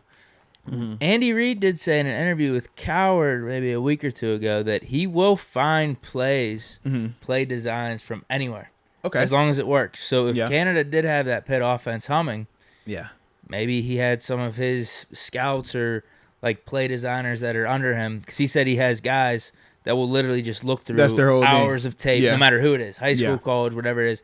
If they find good plays, good formations, whatever it is, they'll come and bring it to Reed, and Reed will look over and say, all right, let's try this in Kansas City. So crazy, maybe Canada was that Pitt offense from Canada was one of those tapes that one of the people under Reed found, and they gave it to Reed. And he was like, I like this. Yeah. Either way, hopefully Matt Canada can. So maybe that's. All I'm saying is that's not far fetched. Yeah, I hope if that based is the off case, what man, Reed I do said. hope so, man. But I don't know if there's the definitive information like he's talking about out there. I have no clue. Well, I think he kind of hit on. He says now that he has the quarterback he wants, that's all you need. You just saw a bunch of personnel, man. I mean, that's not false. Yeah, with the right personnel, he can make it work, bro. So, yeah. Sometimes, man, I'm glad everybody needs to get what they want at some point in life to just see if it's truly what they really want. Canada didn't deserve it. But, he needs to figure it out. This is what he really wants, and he's going to get that opportunity. And that's why I'm giving him the benefit of the doubt for this year. Yeah, and if it looks great, then we know who the problem was. The O-line. Of course. Of course, the O-line. Because as soon as I see 30 and 10 out of any of these quarterbacks, oh, baby. Muth emergence, more familiar with the system. +1. Najee's second year. The upgrade. Deontay not dropping as many balls anymore. Oh, he only had 3 drops all year. PFS said it. 3 drops all year, man. You know that. That's not true. Anywho, Jake Engelbart just showing a little love. Shout out to you, Jake. We appreciate you for the culture. Kyle Monnier, he says, love that y'all brought up my Mason/Landry debate with Terence Garvin. Yeah. That's a heck of a debate, man.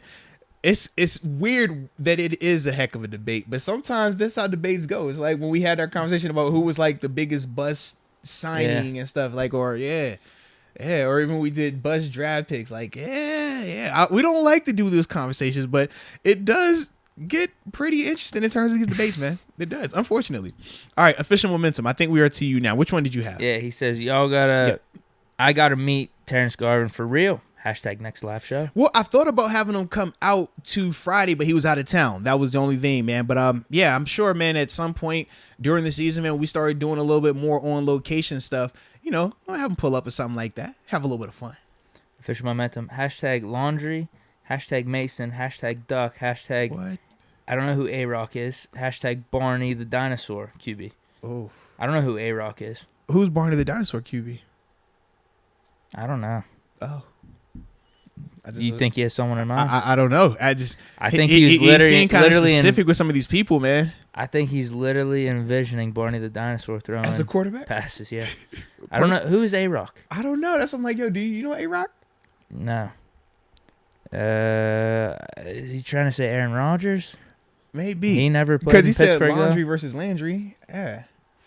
I don't know what he's doing here. I don't know. Maybe he'll have an explanation for us, though. Maybe. We'll stay tuned. Stay tuned. Okay, hold on. Kassan White. Landry threw 4 picks in a preseason game versus the Eagles. But it was the preseason. I don't even remember that. Come on, baby. It was the preseason. Only the good counts in the preseason. None of the bad matters in the preseason, all right? Just got to just forget about them 4 picks. They never happened. It was a figment of your imagination. It was the preseason. It wasn't real.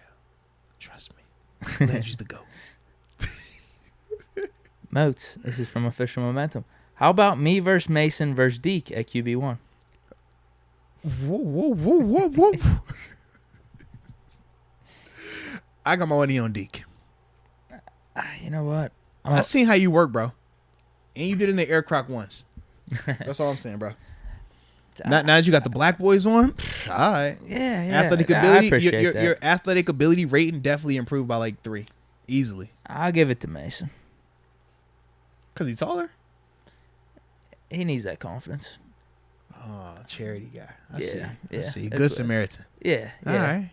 I feel like I know I could beat him out, but for his sake, I'm not trying to get into the league here or anything or keep my job. I'd rather be better at golf than fair enough. Be QB1 or beat him out for a quarterback spot. Such a good guy, man. He's such a good guy.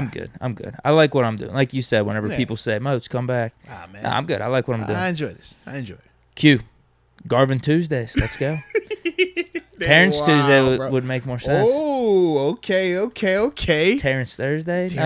We've been doing we've been doing more Monday, Wednesday, Friday though. Yeah. Because Thursdays only happened because during the season the Steelers were, that's when they wanted to give us our guest. It was on Thursday, so that forced our hand to have the Thursday show. We're trying to see if we can work around some things to maintain our guest structure, but without having to have a Thursday. So I like a Monday, Wednesday, Friday, bro. I think it's a vibe like that. Yeah. Yeah, but Garvin Tuesday, it's catchy. I like it though. It's catchy. It's catchy.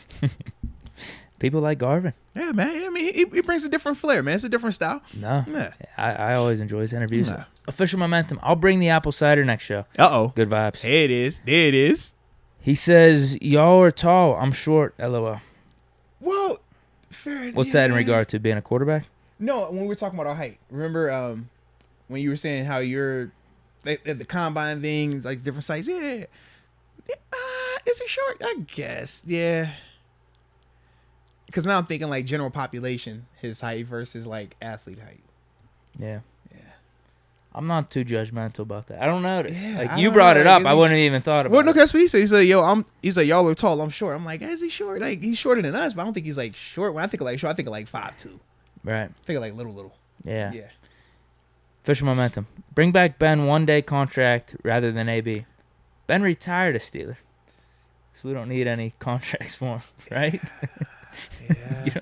He already retired. He already did. Yeah, you're right. So we're good on that. So he just doesn't want AB back at all, I guess. That's what it sounds like, man. No, I think you do it. You do it at some point. Official momentum. My man TG said, "Baby, our kids will see that." Yeah, that was way more of an extended timeline than I thought. He said, "Yo, baby, I'm thinking 5 years. Our kids can see that." I say, "Yo, God, dog, we talking that long?" Like, I'm thinking we know AB's done with football. Yeah. And maybe a couple years after that. Yeah. So, probably within 7 or 8 years then. Fair enough. I give him a decade within 10. What does that involve then? Him retiring as a Steeler, does he do a 1-day contract, take some pictures, How shake long some did it hands? take? How long did it take Troy? It took Troy getting to the hall. Did he actually do anything with us though? When he got into the hall, that's when they finally they had the interview with Missy Matthews down there. That was like the reunite. So it doesn't matter exactly what it is as long as he's back around the Steelers organization doing stuff. Because you did, what? You were out at Latrobe, right? Yeah, I went to Latrobe, yeah. And you had a mic. What did you do, like crowd, a 5-minute speech or something? No, I ain't even do all that. It was a whole bunch of that. Kiss babies, hold my kids, have Coach T out there for the photo so it just look real more, official and stuff like that. Yeah, it was good. See the homies do my last little media scrum interview. People around me like, oh, yeah, I once was. Yeah, I think you'd do it at halftime, Monday night game or something. Yeah, something like that. AB. Sound walk out. Yeah. Business booming, fur coat. Yep, exactly. Official momentum again. Y'all check your inbox. Sent y'all Ambition's album. Uh-oh. All right. Okay. Look at this. Drew Brees may come back. How about Big Ben?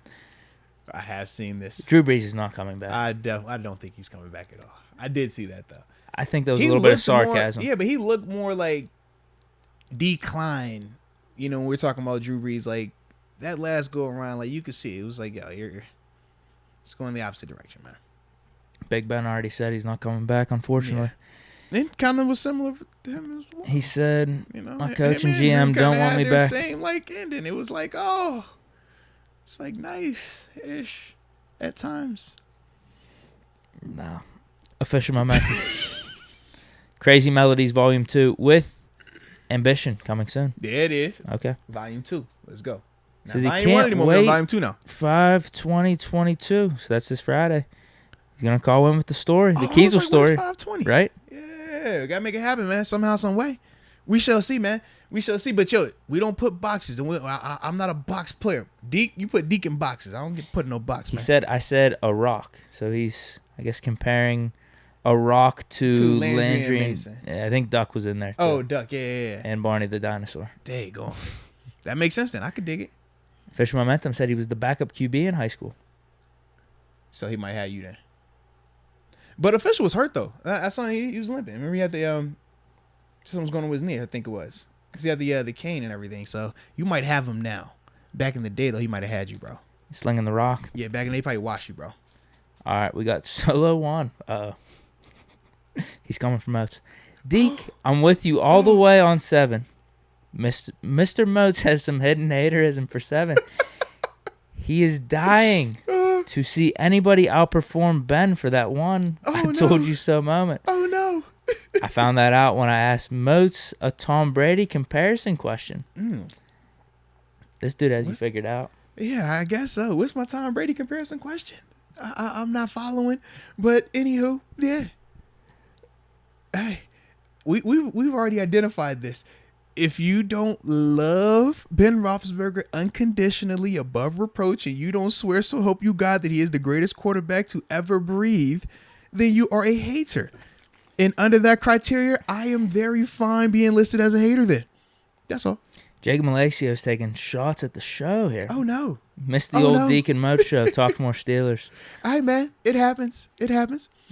But at the end of the day, we do see that the viewership is up, though. No, it's good. It's like a positive. It's a positive, man. He's with us. I think he's just messing with us. He's with us, though. No, Jacob's with us, man. He loves us. He's messing with us. Because I said viewership is going up, man. Keep teams go up. Yeah. He has to be with us. Anywho. Was it the NBA talk? I enjoyed that, though. I actually really enjoyed talking top 10 point guards randomly. Bro, we come in here and we talk. Oh, yeah. Think about that. I'm going to tell you, Deke, what you can't talk about. And you taking time out your day to talk?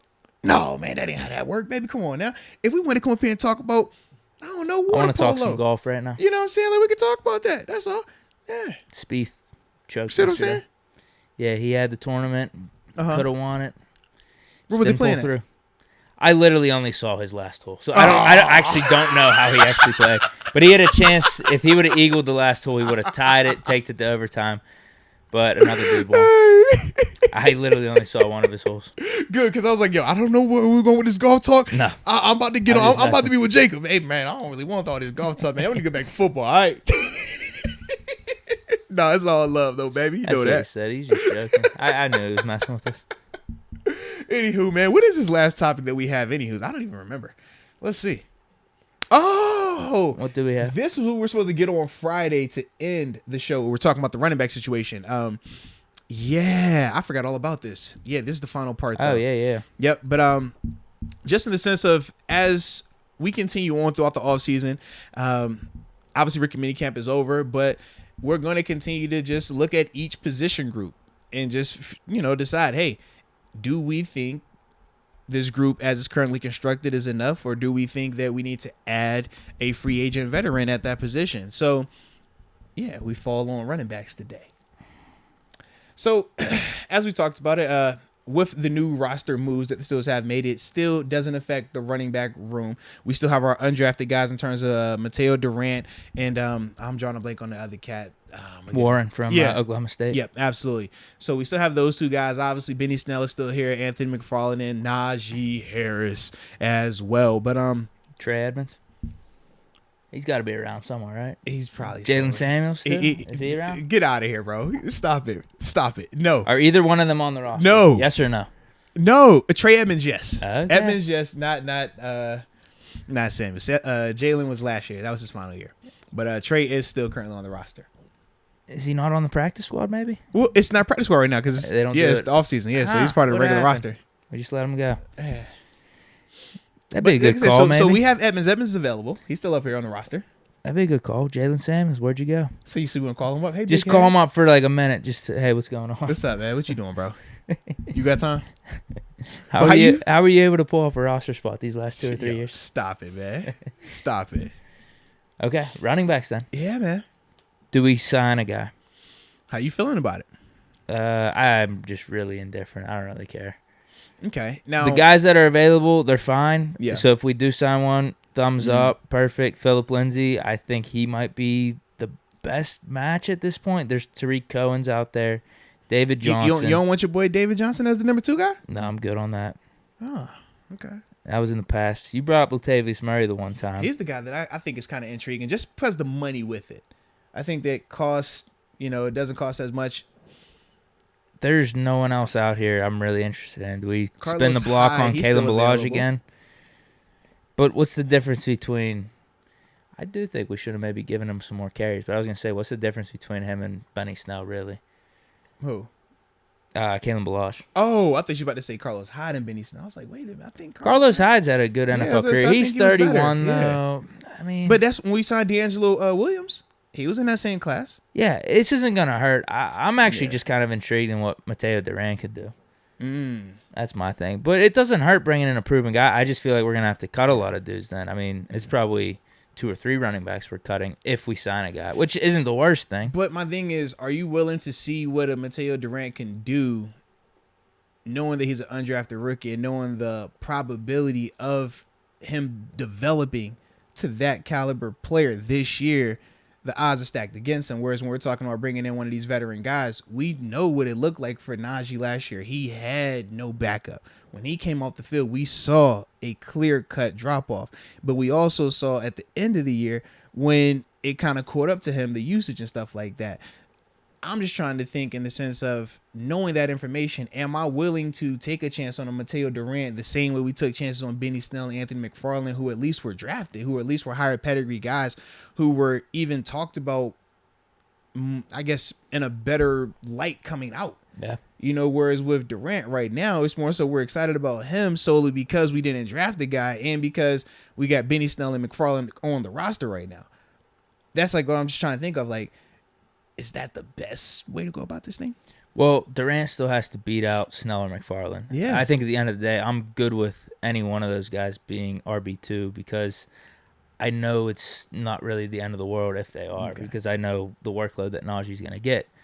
Now, that's not to say we can't sign someone. I'm not opposed to it. I just don't think it's that pressing of a need. Gotcha. Like, we could sign any of these dudes probably in like 2 or 3 months. Because they're not going to cost, and they don't cost. We're talking about $1 million to $2 million for some of these dudes. Tops. So maybe it's like you see what those 3 or 4 running backs got. Snell, McFarland, Durant, and training camp. I'm sure one of these guys will be available if you don't have any faith in any one of those guys, whether it's Snell, McFarland, Durant, or Warren. Now, I keep seeing some people in the chat. David Muse, I see you. Alex Perez, not all the way see you, but Bell. I see you. They're bringing up Bell. That's the guy they're bringing up, man. Nah, we're done. Some people are bringing him up, man. We just got to call it, man. Javi Berg, 420. I'm down with L. Bell. We got to call it. Trenton, been goated. Bell would fit perfect coming back with the purple demon emojis and the black heart. We got to call it. Uh-oh. I'm done. David Muse, bring back L. Bell. We need a 1-2 punch. Just saying, man. I wouldn't be opposed. I'm done, though. Nah. I'm not pushing for it. You're not going to hear me push for it. So you're done with the band. You're done with L. Bell and AB? Who would have thought we'd get both of those in the same day? They got rid of the lead singer. Wow. Whoa. He was the lead singer? Yeah. Wow. Okay. They forced him out. Oh, wow.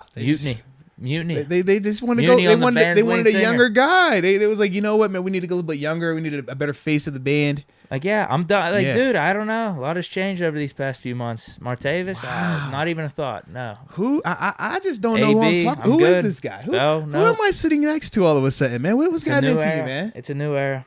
Wow. Give Pickett his guys. Respect, man. Pickens, Austin. Hopefully Claypool and Deontay could get things straightened out here, too. I like it. I expect Canada to light it up this year, man, because I know he just didn't have his weapons. Now he has his weapons. He's good to go, bro. It's all good, bro. I'm with it, bro. I ain't tripping. So I do kind of agree with you, though, man. I like part of me wants to see what these younger guys can do in terms of Mateo Durant, but the other side of me is very skeptical of it just because I know year in and year out what it's like for these younger guys, not just carving out a role, but making the roster. Like, that's not an easy thing to do.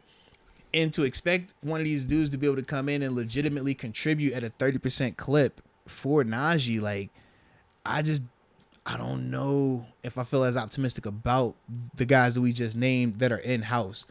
That's my only hiccup. Oh, you think it's going to be I don't even think it's going to be 30%, though. But see, for me, we talk about it, but usually when it's the nitty-gritty, it's like Najee 90%. No, like, we know Coach Tom wants to ride the hot hand, but the reason why I say 30% is because it's portions of the game where he's technically not the hot hand at that moment. Those are some of the players where I'm like, yo, if you can save him a little bit, right, this is where you use those guys.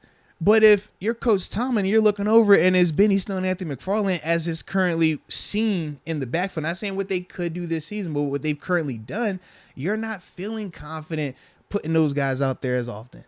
You're just not, whether you're talking protection, whether you're talking holding on to the ball, whether you're talking even having them run a route or on occasion. It's just like those guys don't give you that type of confidence. Whereas when we're talking about some of these veteran free agents, especially with the price point, I think that it's a different thought process, a different comfort that goes into it. And that's why I brought up the D'Angelo Williams example. Yeah. Because when he came over, he was older. He had already been out of his prime, but he was a guy that still had enough to complement L. Bell. And at the time, none of us expected L. Bell to miss any time. But what ended up happening? He missed time. He missed time every single season. Even with him having back-to-back years of 400 touches, he still would miss time. So that's why for me, I'm like, all right, if law of averages says that, hey, man, this guy could miss some time at some point, and we saw him not miss substantial time last year in terms of Naj, but we saw him get hurt with the elbow injury, and it looked very different when he went back out there. That's the part for me where I'm like, does it hurt to just have a little bit higher in backup piece? Just a tinky bit higher? Well, we might have missed out on some guys that would have been more perfect. Okay. With Marlon Mack, Michelle, Ronald Jones. I agree. Sonny Michelle was the one. You got Matt Breida. Yeah, like those guys. I mean, the backup running back market I thought was robust, but these guys they're signing for like $1.5 million, $1 million, but they just kind of slowly got signed, and we're not really making anything of it. Because then you still have like Phillip Lindsay, Carlos Hyde, Tariq Cohen, Dave Johnson, Latavius Murray, but I do think it's gone down a little bit where I'm just not as excited about one of those guys compared to maybe a Marlon Mack or Ronald Jones. Because at first we were at the yard sale and it was like a lot of pieces out there. Now we're like, we caught the yard sale, we done left and came back. And Alex Collins, I mean, he put a number on us last year. Hey man, he's 27. That's the dancer, man. Come on, man. Peyton Barber, Devonta Freeman. I'm good. Cohen is interesting to me. Carlos Hyde, he didn't even have a good year last year. Neither did Lindsay. I know. Who knows? Things could change. You get into a different system, find a better role as well, man. Right, exactly. Yeah, Carlos Hyde with Jacksonville, that was a dumpster fire. Lindsay, Texans, dumpster fire, goes to Miami.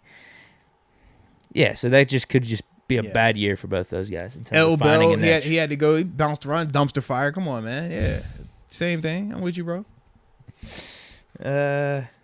Oh yeah, he ended up on Tampa Bay last year. He scored for Tampa, bro. Yeah, come on, man. And we know what type of organization that was down there. Yeah, he had to bounce around a little bit. So No, he was on good teams. The return. Chiefs the year prior, but then Ravens and then Bucks. I forgot the Ravens stint. Yeah, he did. He did have some Ravens in there. Scored with the Ravens too, man. Dude. He touched some paint with the Ravens though. He was all right. You look up his Pro Football Reference. That's just not what you want to see. When that thing starts stacking multiple teams in the same year, you're like, oh, Adrian Peterson-esque. No. Oh, no. At least Peterson had some good years with Washington, though. Now it's getting bad. Like the single game with like Tennessee or like was he on Seattle? He had Detroit for like a couple weeks too. I thought he played good on Detroit though too. But now it's I think it was 3 teams last year or something. It's been bad. Yeah, I forgot the Seattle thing too. I think it was Seattle, Tennessee. I forgot all about Seattle, bro. He definitely had some time in Seattle. Yeah, that's crazy. So yeah, we'll see. So I'm the monitor. Yeah. No doubt. I like it then, man. But let's finish up with these supers, man. Then after that, we shall roll out of this thing, baby. Sure. Yeah. Okay. Where we leave off? Let me check. Solo one. I got him. Yep. All right. He says, we definitely need to add a running back. I think the real question is what type or skill set of running back do we add to complement Najee? Power or speed? We're kind of going over that a little bit. Yeah. I want to put him with a speed guy, but at the same time, I don't think a power guy would hurt him anymore. I brought up, like I said, the D'Angelo Williams and L. Bell conversation. Both of those guys, in terms of their game, was similar. They weren't necessarily blazers, especially D'Angelo at the time when we got him, But it was good vision, just ball security, catch enough, just do enough to supplement him. We knew that we were going to play through L. Bell. We knew he was going to be the offense. Same way we still planning on playing through Najee. He's going to be the offense. But you're just looking for a supplemental piece. Just, hey, man, when I need you to get some quality blows early on in the game, like, this is where that guy comes in. And that's the guy we're really looking for right now. Fisher Momentum, I don't think this is the best idea, says let Big Ben play backup running back. He also says, when I'm healthy, I'll play backup running back. Hey, now. That could be a 1-2 punch, actually, man. Q says, cut Snell, sign Cohen, Mateo Durant's the third running back. I don't hate that. I probably. So where's McFarland? That's my squad? thing. I was gonna say that I probably would keep Snell over McFarland just because of the special teams value if I had to choose. Okay. Calmonier. Elbow and AB both left us. I'm done too, Deke. Our reasoning's different though. Because Deke was. Mine's just more about it's a new era. Deke was give over Pickett here his chance to shine. In the heart of them cheating on Deke and breaking his heart multiple times. Deke was like, I still love him. That my girl, dog. That my girl. I love her. I was like, Lord, Deke, Lord. Yep. Fish momentum. How about Paul Crew at RB or Moats come back? Moats is washed. Did you do RB like in high school? No, because this is the situation. When I was the QB? When I was in high school, man, I played. So during the regular season, I was offensive lineman. During I remember you saying. Yeah, that. because like I was a tight end and stuff like that, doing all the passing leagues, and would get off. Loved it. They would send everyone your way. Anytime I would go to these different football camps, Nike Invitational Camp, Penn State Camp, all that type of stuff, I was playing tight end, doing my thing. But when the season would start, our O-line, you thought the Steelers O-line was bad? Man, our O-line was 1,000 times worse than that.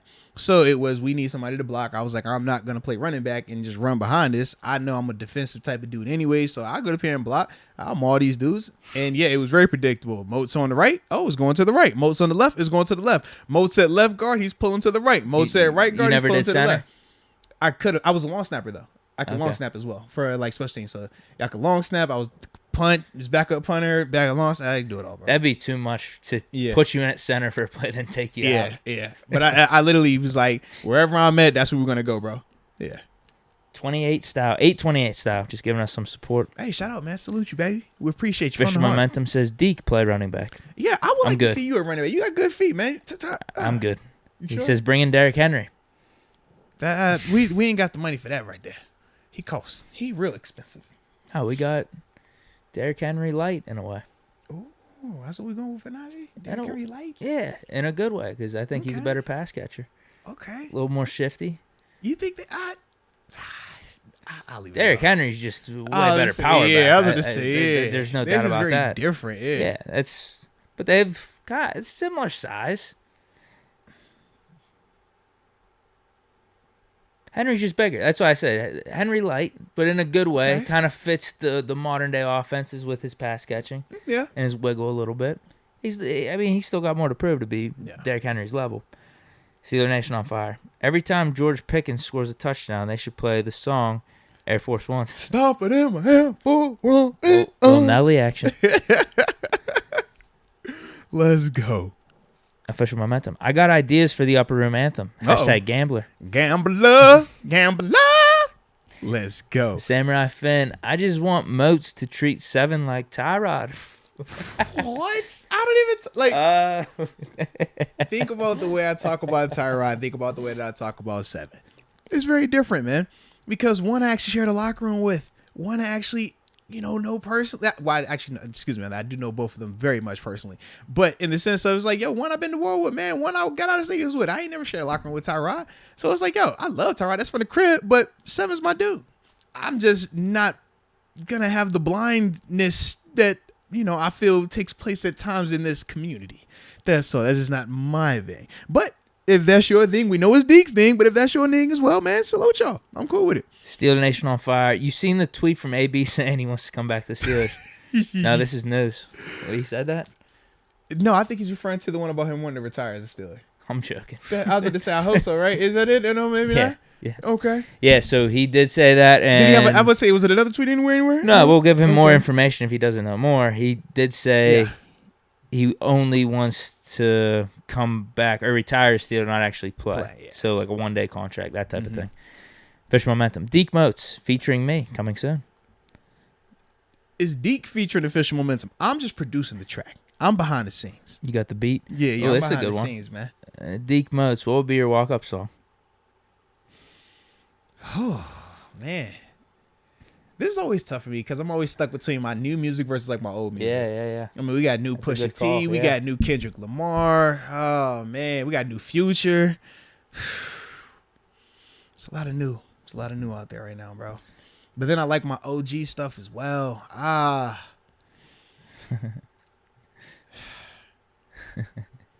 You know what? If I had to pick, and there's so many genres. Am I thinking hip hop? Am I going rock? Am I going soul? Like, am I going my little Sosayita? Little Mark Anthony, little Willie Colon? Usually you get 4 or 5. Oh, I do? I think so. I think I've never do followed it different like that. Walk-up songs. I think. Okay. That was back in the day, though. Because I would definitely, I feel like I would have like a long list, bro. Yeah, but I would probably go with something Jay-Z related from either Black Album, Blueprint, Reasonable Doubt, one of those 3 albums, probably off the top of my head. Mims, This Is Why I'm Hot. Okay, fair enough.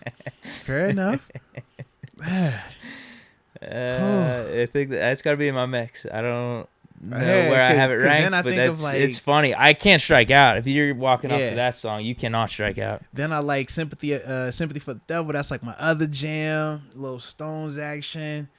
Gosh.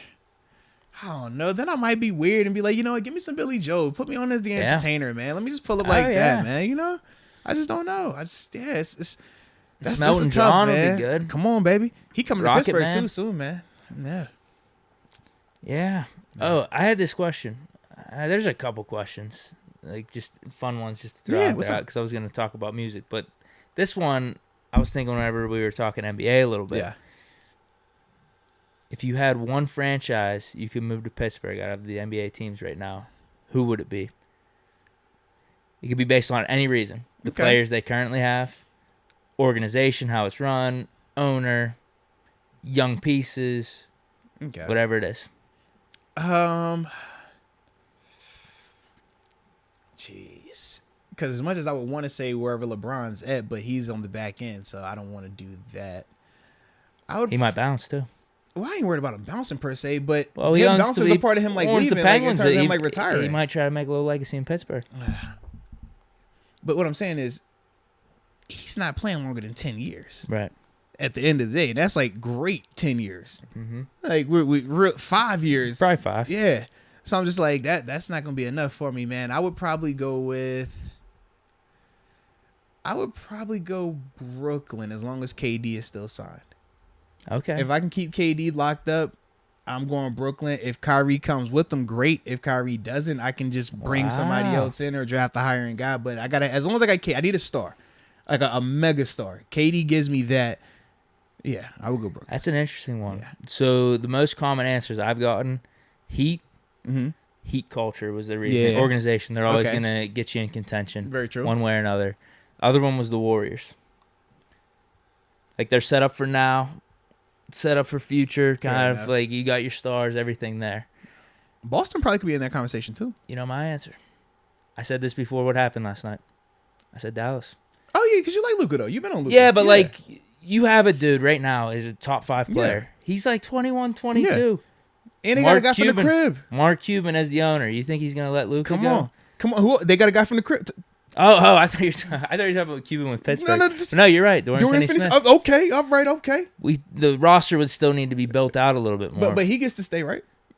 Yeah, I think so. Okay. Yeah, he's a good glue guy. We just re-signed him too. I started following their account when he got drafted by them too, bro. Just cause. Oh yeah. Yeah, just like my only Maverick stuff. I'm like, anything that he's in, I like it. Other than that, I'm like, I feel like that would be my pick, just because you have a dude, and he's not.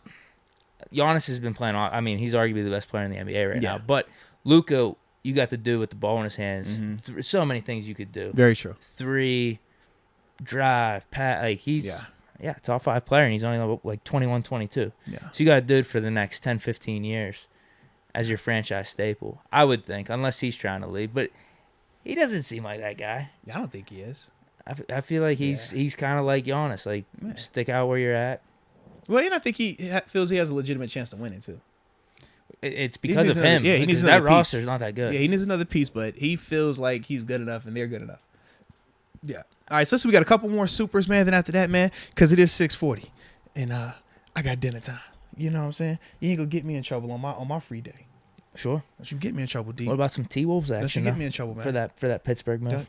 Hey, Anthony Edwards, I'm all for that one. I'm all for that. I think most likely would be It's tough because the NBA with the expansion, apparently it's going to go to Seattle and Vegas. Yeah. We would need an actual team to relocate. I think maybe Pelicans, Pistons, Pacers, any of those teams. What Portland? What the Trailblazers? I don't know. I'm throwing it out there. that. I have no clue, bro. I just threw it out there. Give us the Magic. Yeah. That'd be good. We work with them. Yeah. All right. Where were we at? Okay. Official Momentum. We said featuring me coming soon. What would be your walk-up song? Why not Ambition or Deke's Band? For the walk-up music, probably. The beats, maybe? Okay, yeah. Or for the or it could be Deke's Band for the music. Absolutely. Come on, yeah. For real though, the Celtics. Okay, this is my question, I guess. Okay. They built through the draft. They've proven to be good throughout time.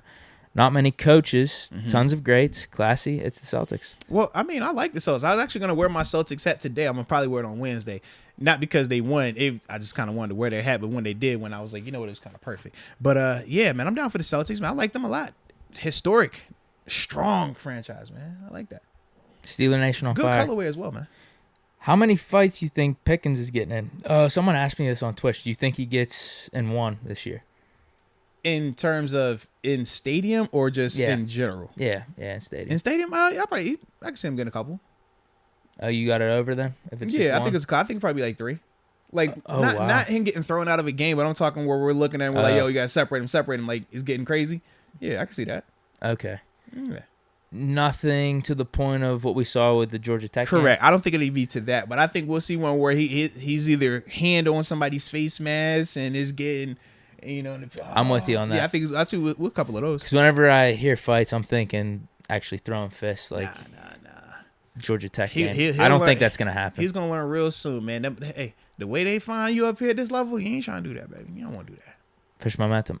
Moats, sing taco flavored.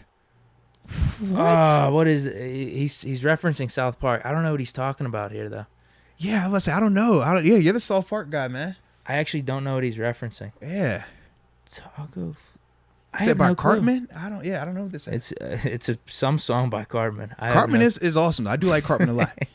Yeah, but I am not aware of this song, man. He says, "Walk out to DMX. Rest in peace." Oh, Dark Man X, baby. Yes. Yeah, I was actually bumping DMX. I was watching. What was I bumping? Flesh of My Flesh. Yeah, and I'm about to go back and listen to It's Dark and Hell is Hot. Every once in a while, I like to just go back and just bump like an old school album. It's just like, you know what? Let me just vibe. Let me get back in that mindset. What was my thought process when this dropped? Yeah. Moats, how does a player choose what team to represent when inducted into the Hall of Fame when they play for multiple teams? Or is it by player choice only? I'm not sure, actually, dude. Yeah. Like, what did Kevin Green go in as? Would it have been a Steeler? Yeah, I have no clue. I feel clue. like it, but I'm not He only did 3 years with us. I have no clue. I don't know. Yeah, I've actually never looked into that, man. Like, actually, is a good question. Did they actually go in with a certain team? Or is it just the player? And then the teams are just on the bottom of the plaque or whatever it is. That's what I thought. Yeah. I don't think you necessarily pick a team. Mm-hmm. I think it's just a natural thing. Like if Harrison goes in, it's Steeler. Yeah. Right? Nick, why? Oh, and the South Park reference, G. Hughes said it's J-Lo's taco flavored kisses. What was going on with that? Is it freaky, or is it kind of like semi-freaky? I haven't rewatched that episode. I know what he's talking about. Okay. Yeah, I've never seen that, man. I know exactly. I know what he's talking about. I have not rewatched. That was not one I would have in my So that wasn't. So that wasn't even behind the scenes. Be prepared. Okay. Wow. Huh? Wow. So you won't even. So you didn't want to know about behind the scenes. So be prepared. Did he sing it or not? Now when he gives you a South Park reference, you don't even know the reference. Jeez, D. I know what episode he's talking about. I'm not. I don't want to rewatch that one. That's not in the top 50. Mm-mm. Nick Y says Nelly, St. Lunatics, batter up. Oh, okay. Steeler Nation on fire, and I think this is the last one. Should the Kings? This would be a good relocation team. Actually, should the Kings relocate to Pittsburgh, Sacramento? That'd be a good one. Yeah, but I don't think they're a big enough draw, bro. I think they got. Why would people show up to see like that roster right now? Huh? I don't think it matters. I think you're moving them just to start building something in Pittsburgh. Like if you do get good, you could probably build a good fan base. Okay. We'll support you if you're good. I just think that it's going to be very hard to win the support early. I think if you're talking about introducing a basketball franchise here, you have to have success in draw early. I don't think the Kings that's currently constructed give you that draw. Like when you said New Orleans is like, yeah, they got Zion. It's like, yo, they're still a good team. Brandon Ingram. It's like with the Kings, I don't think we're viewing them having a person that's moving our needle one way or the other. I think you'd need... Whether you're talking Buddy Hield, whether you're talking... Was it De'Aaron Fox out there still? No, I think you just need like 5 years.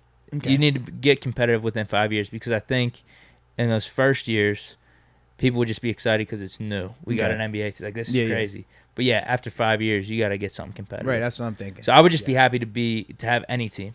I would too, man. You know what I mean? Because then that's what we're missing right now, man. Those initial years, you would come to see the opposing teams come in. Whenever KD's coming in, oh yeah, let's go down to the game and watch KD. Got you. Even if our team sucked. But then to a certain point, it's like, all right, we've got to see some of the star players come in. Now we need a good team to go out there and represent. Hopefully they could do that. Yeah, we shall see. Sacramento, that's a good. I think that though, man. Because I mean, how loyal are those Sacramento natives to the Kings? Is it I don't know. I think they probably more loyal than we would be to them. You think? Bro, they've been out there way longer. Sacramento. Yeah. Yeah, how long have they been in there? They've been there for a minute. At least to Vlade Divac, Chris Webber, when they were nice. They used to be, but weren't they the Royals? I don't know. Oscar Robertson? I don't know if it's top like that, bro. Yeah. I was giving it my best effort there. It sound good, though, man. Yeah. Yeah. All right, and I think this is the last one right here. I'll go ahead and get this one. Official momentum. He says, "Be prepared," is his walkout song. Nice. I can understand that. I'm not surprised by that, though, actually. I thought it was going to be ambition. I thought it was going to be ambition, the kid, man. But anyways, it's all good. We do appreciate everybody, though, that was rocking with us today, man, from the heart. Always a blast, man. Shout out to the homie, locker mate, Terence Garvin, man, joining us on the show as well. And as always, man, y'all keep this thing rolling, man. The chat's always bumping and percolating, man. We're going to keep these shows rolling for you, baby, all right? So, enjoy the rest of your day. Don't work too hard. Research plenty. Stay safe out there. And until next time, baby. Peace.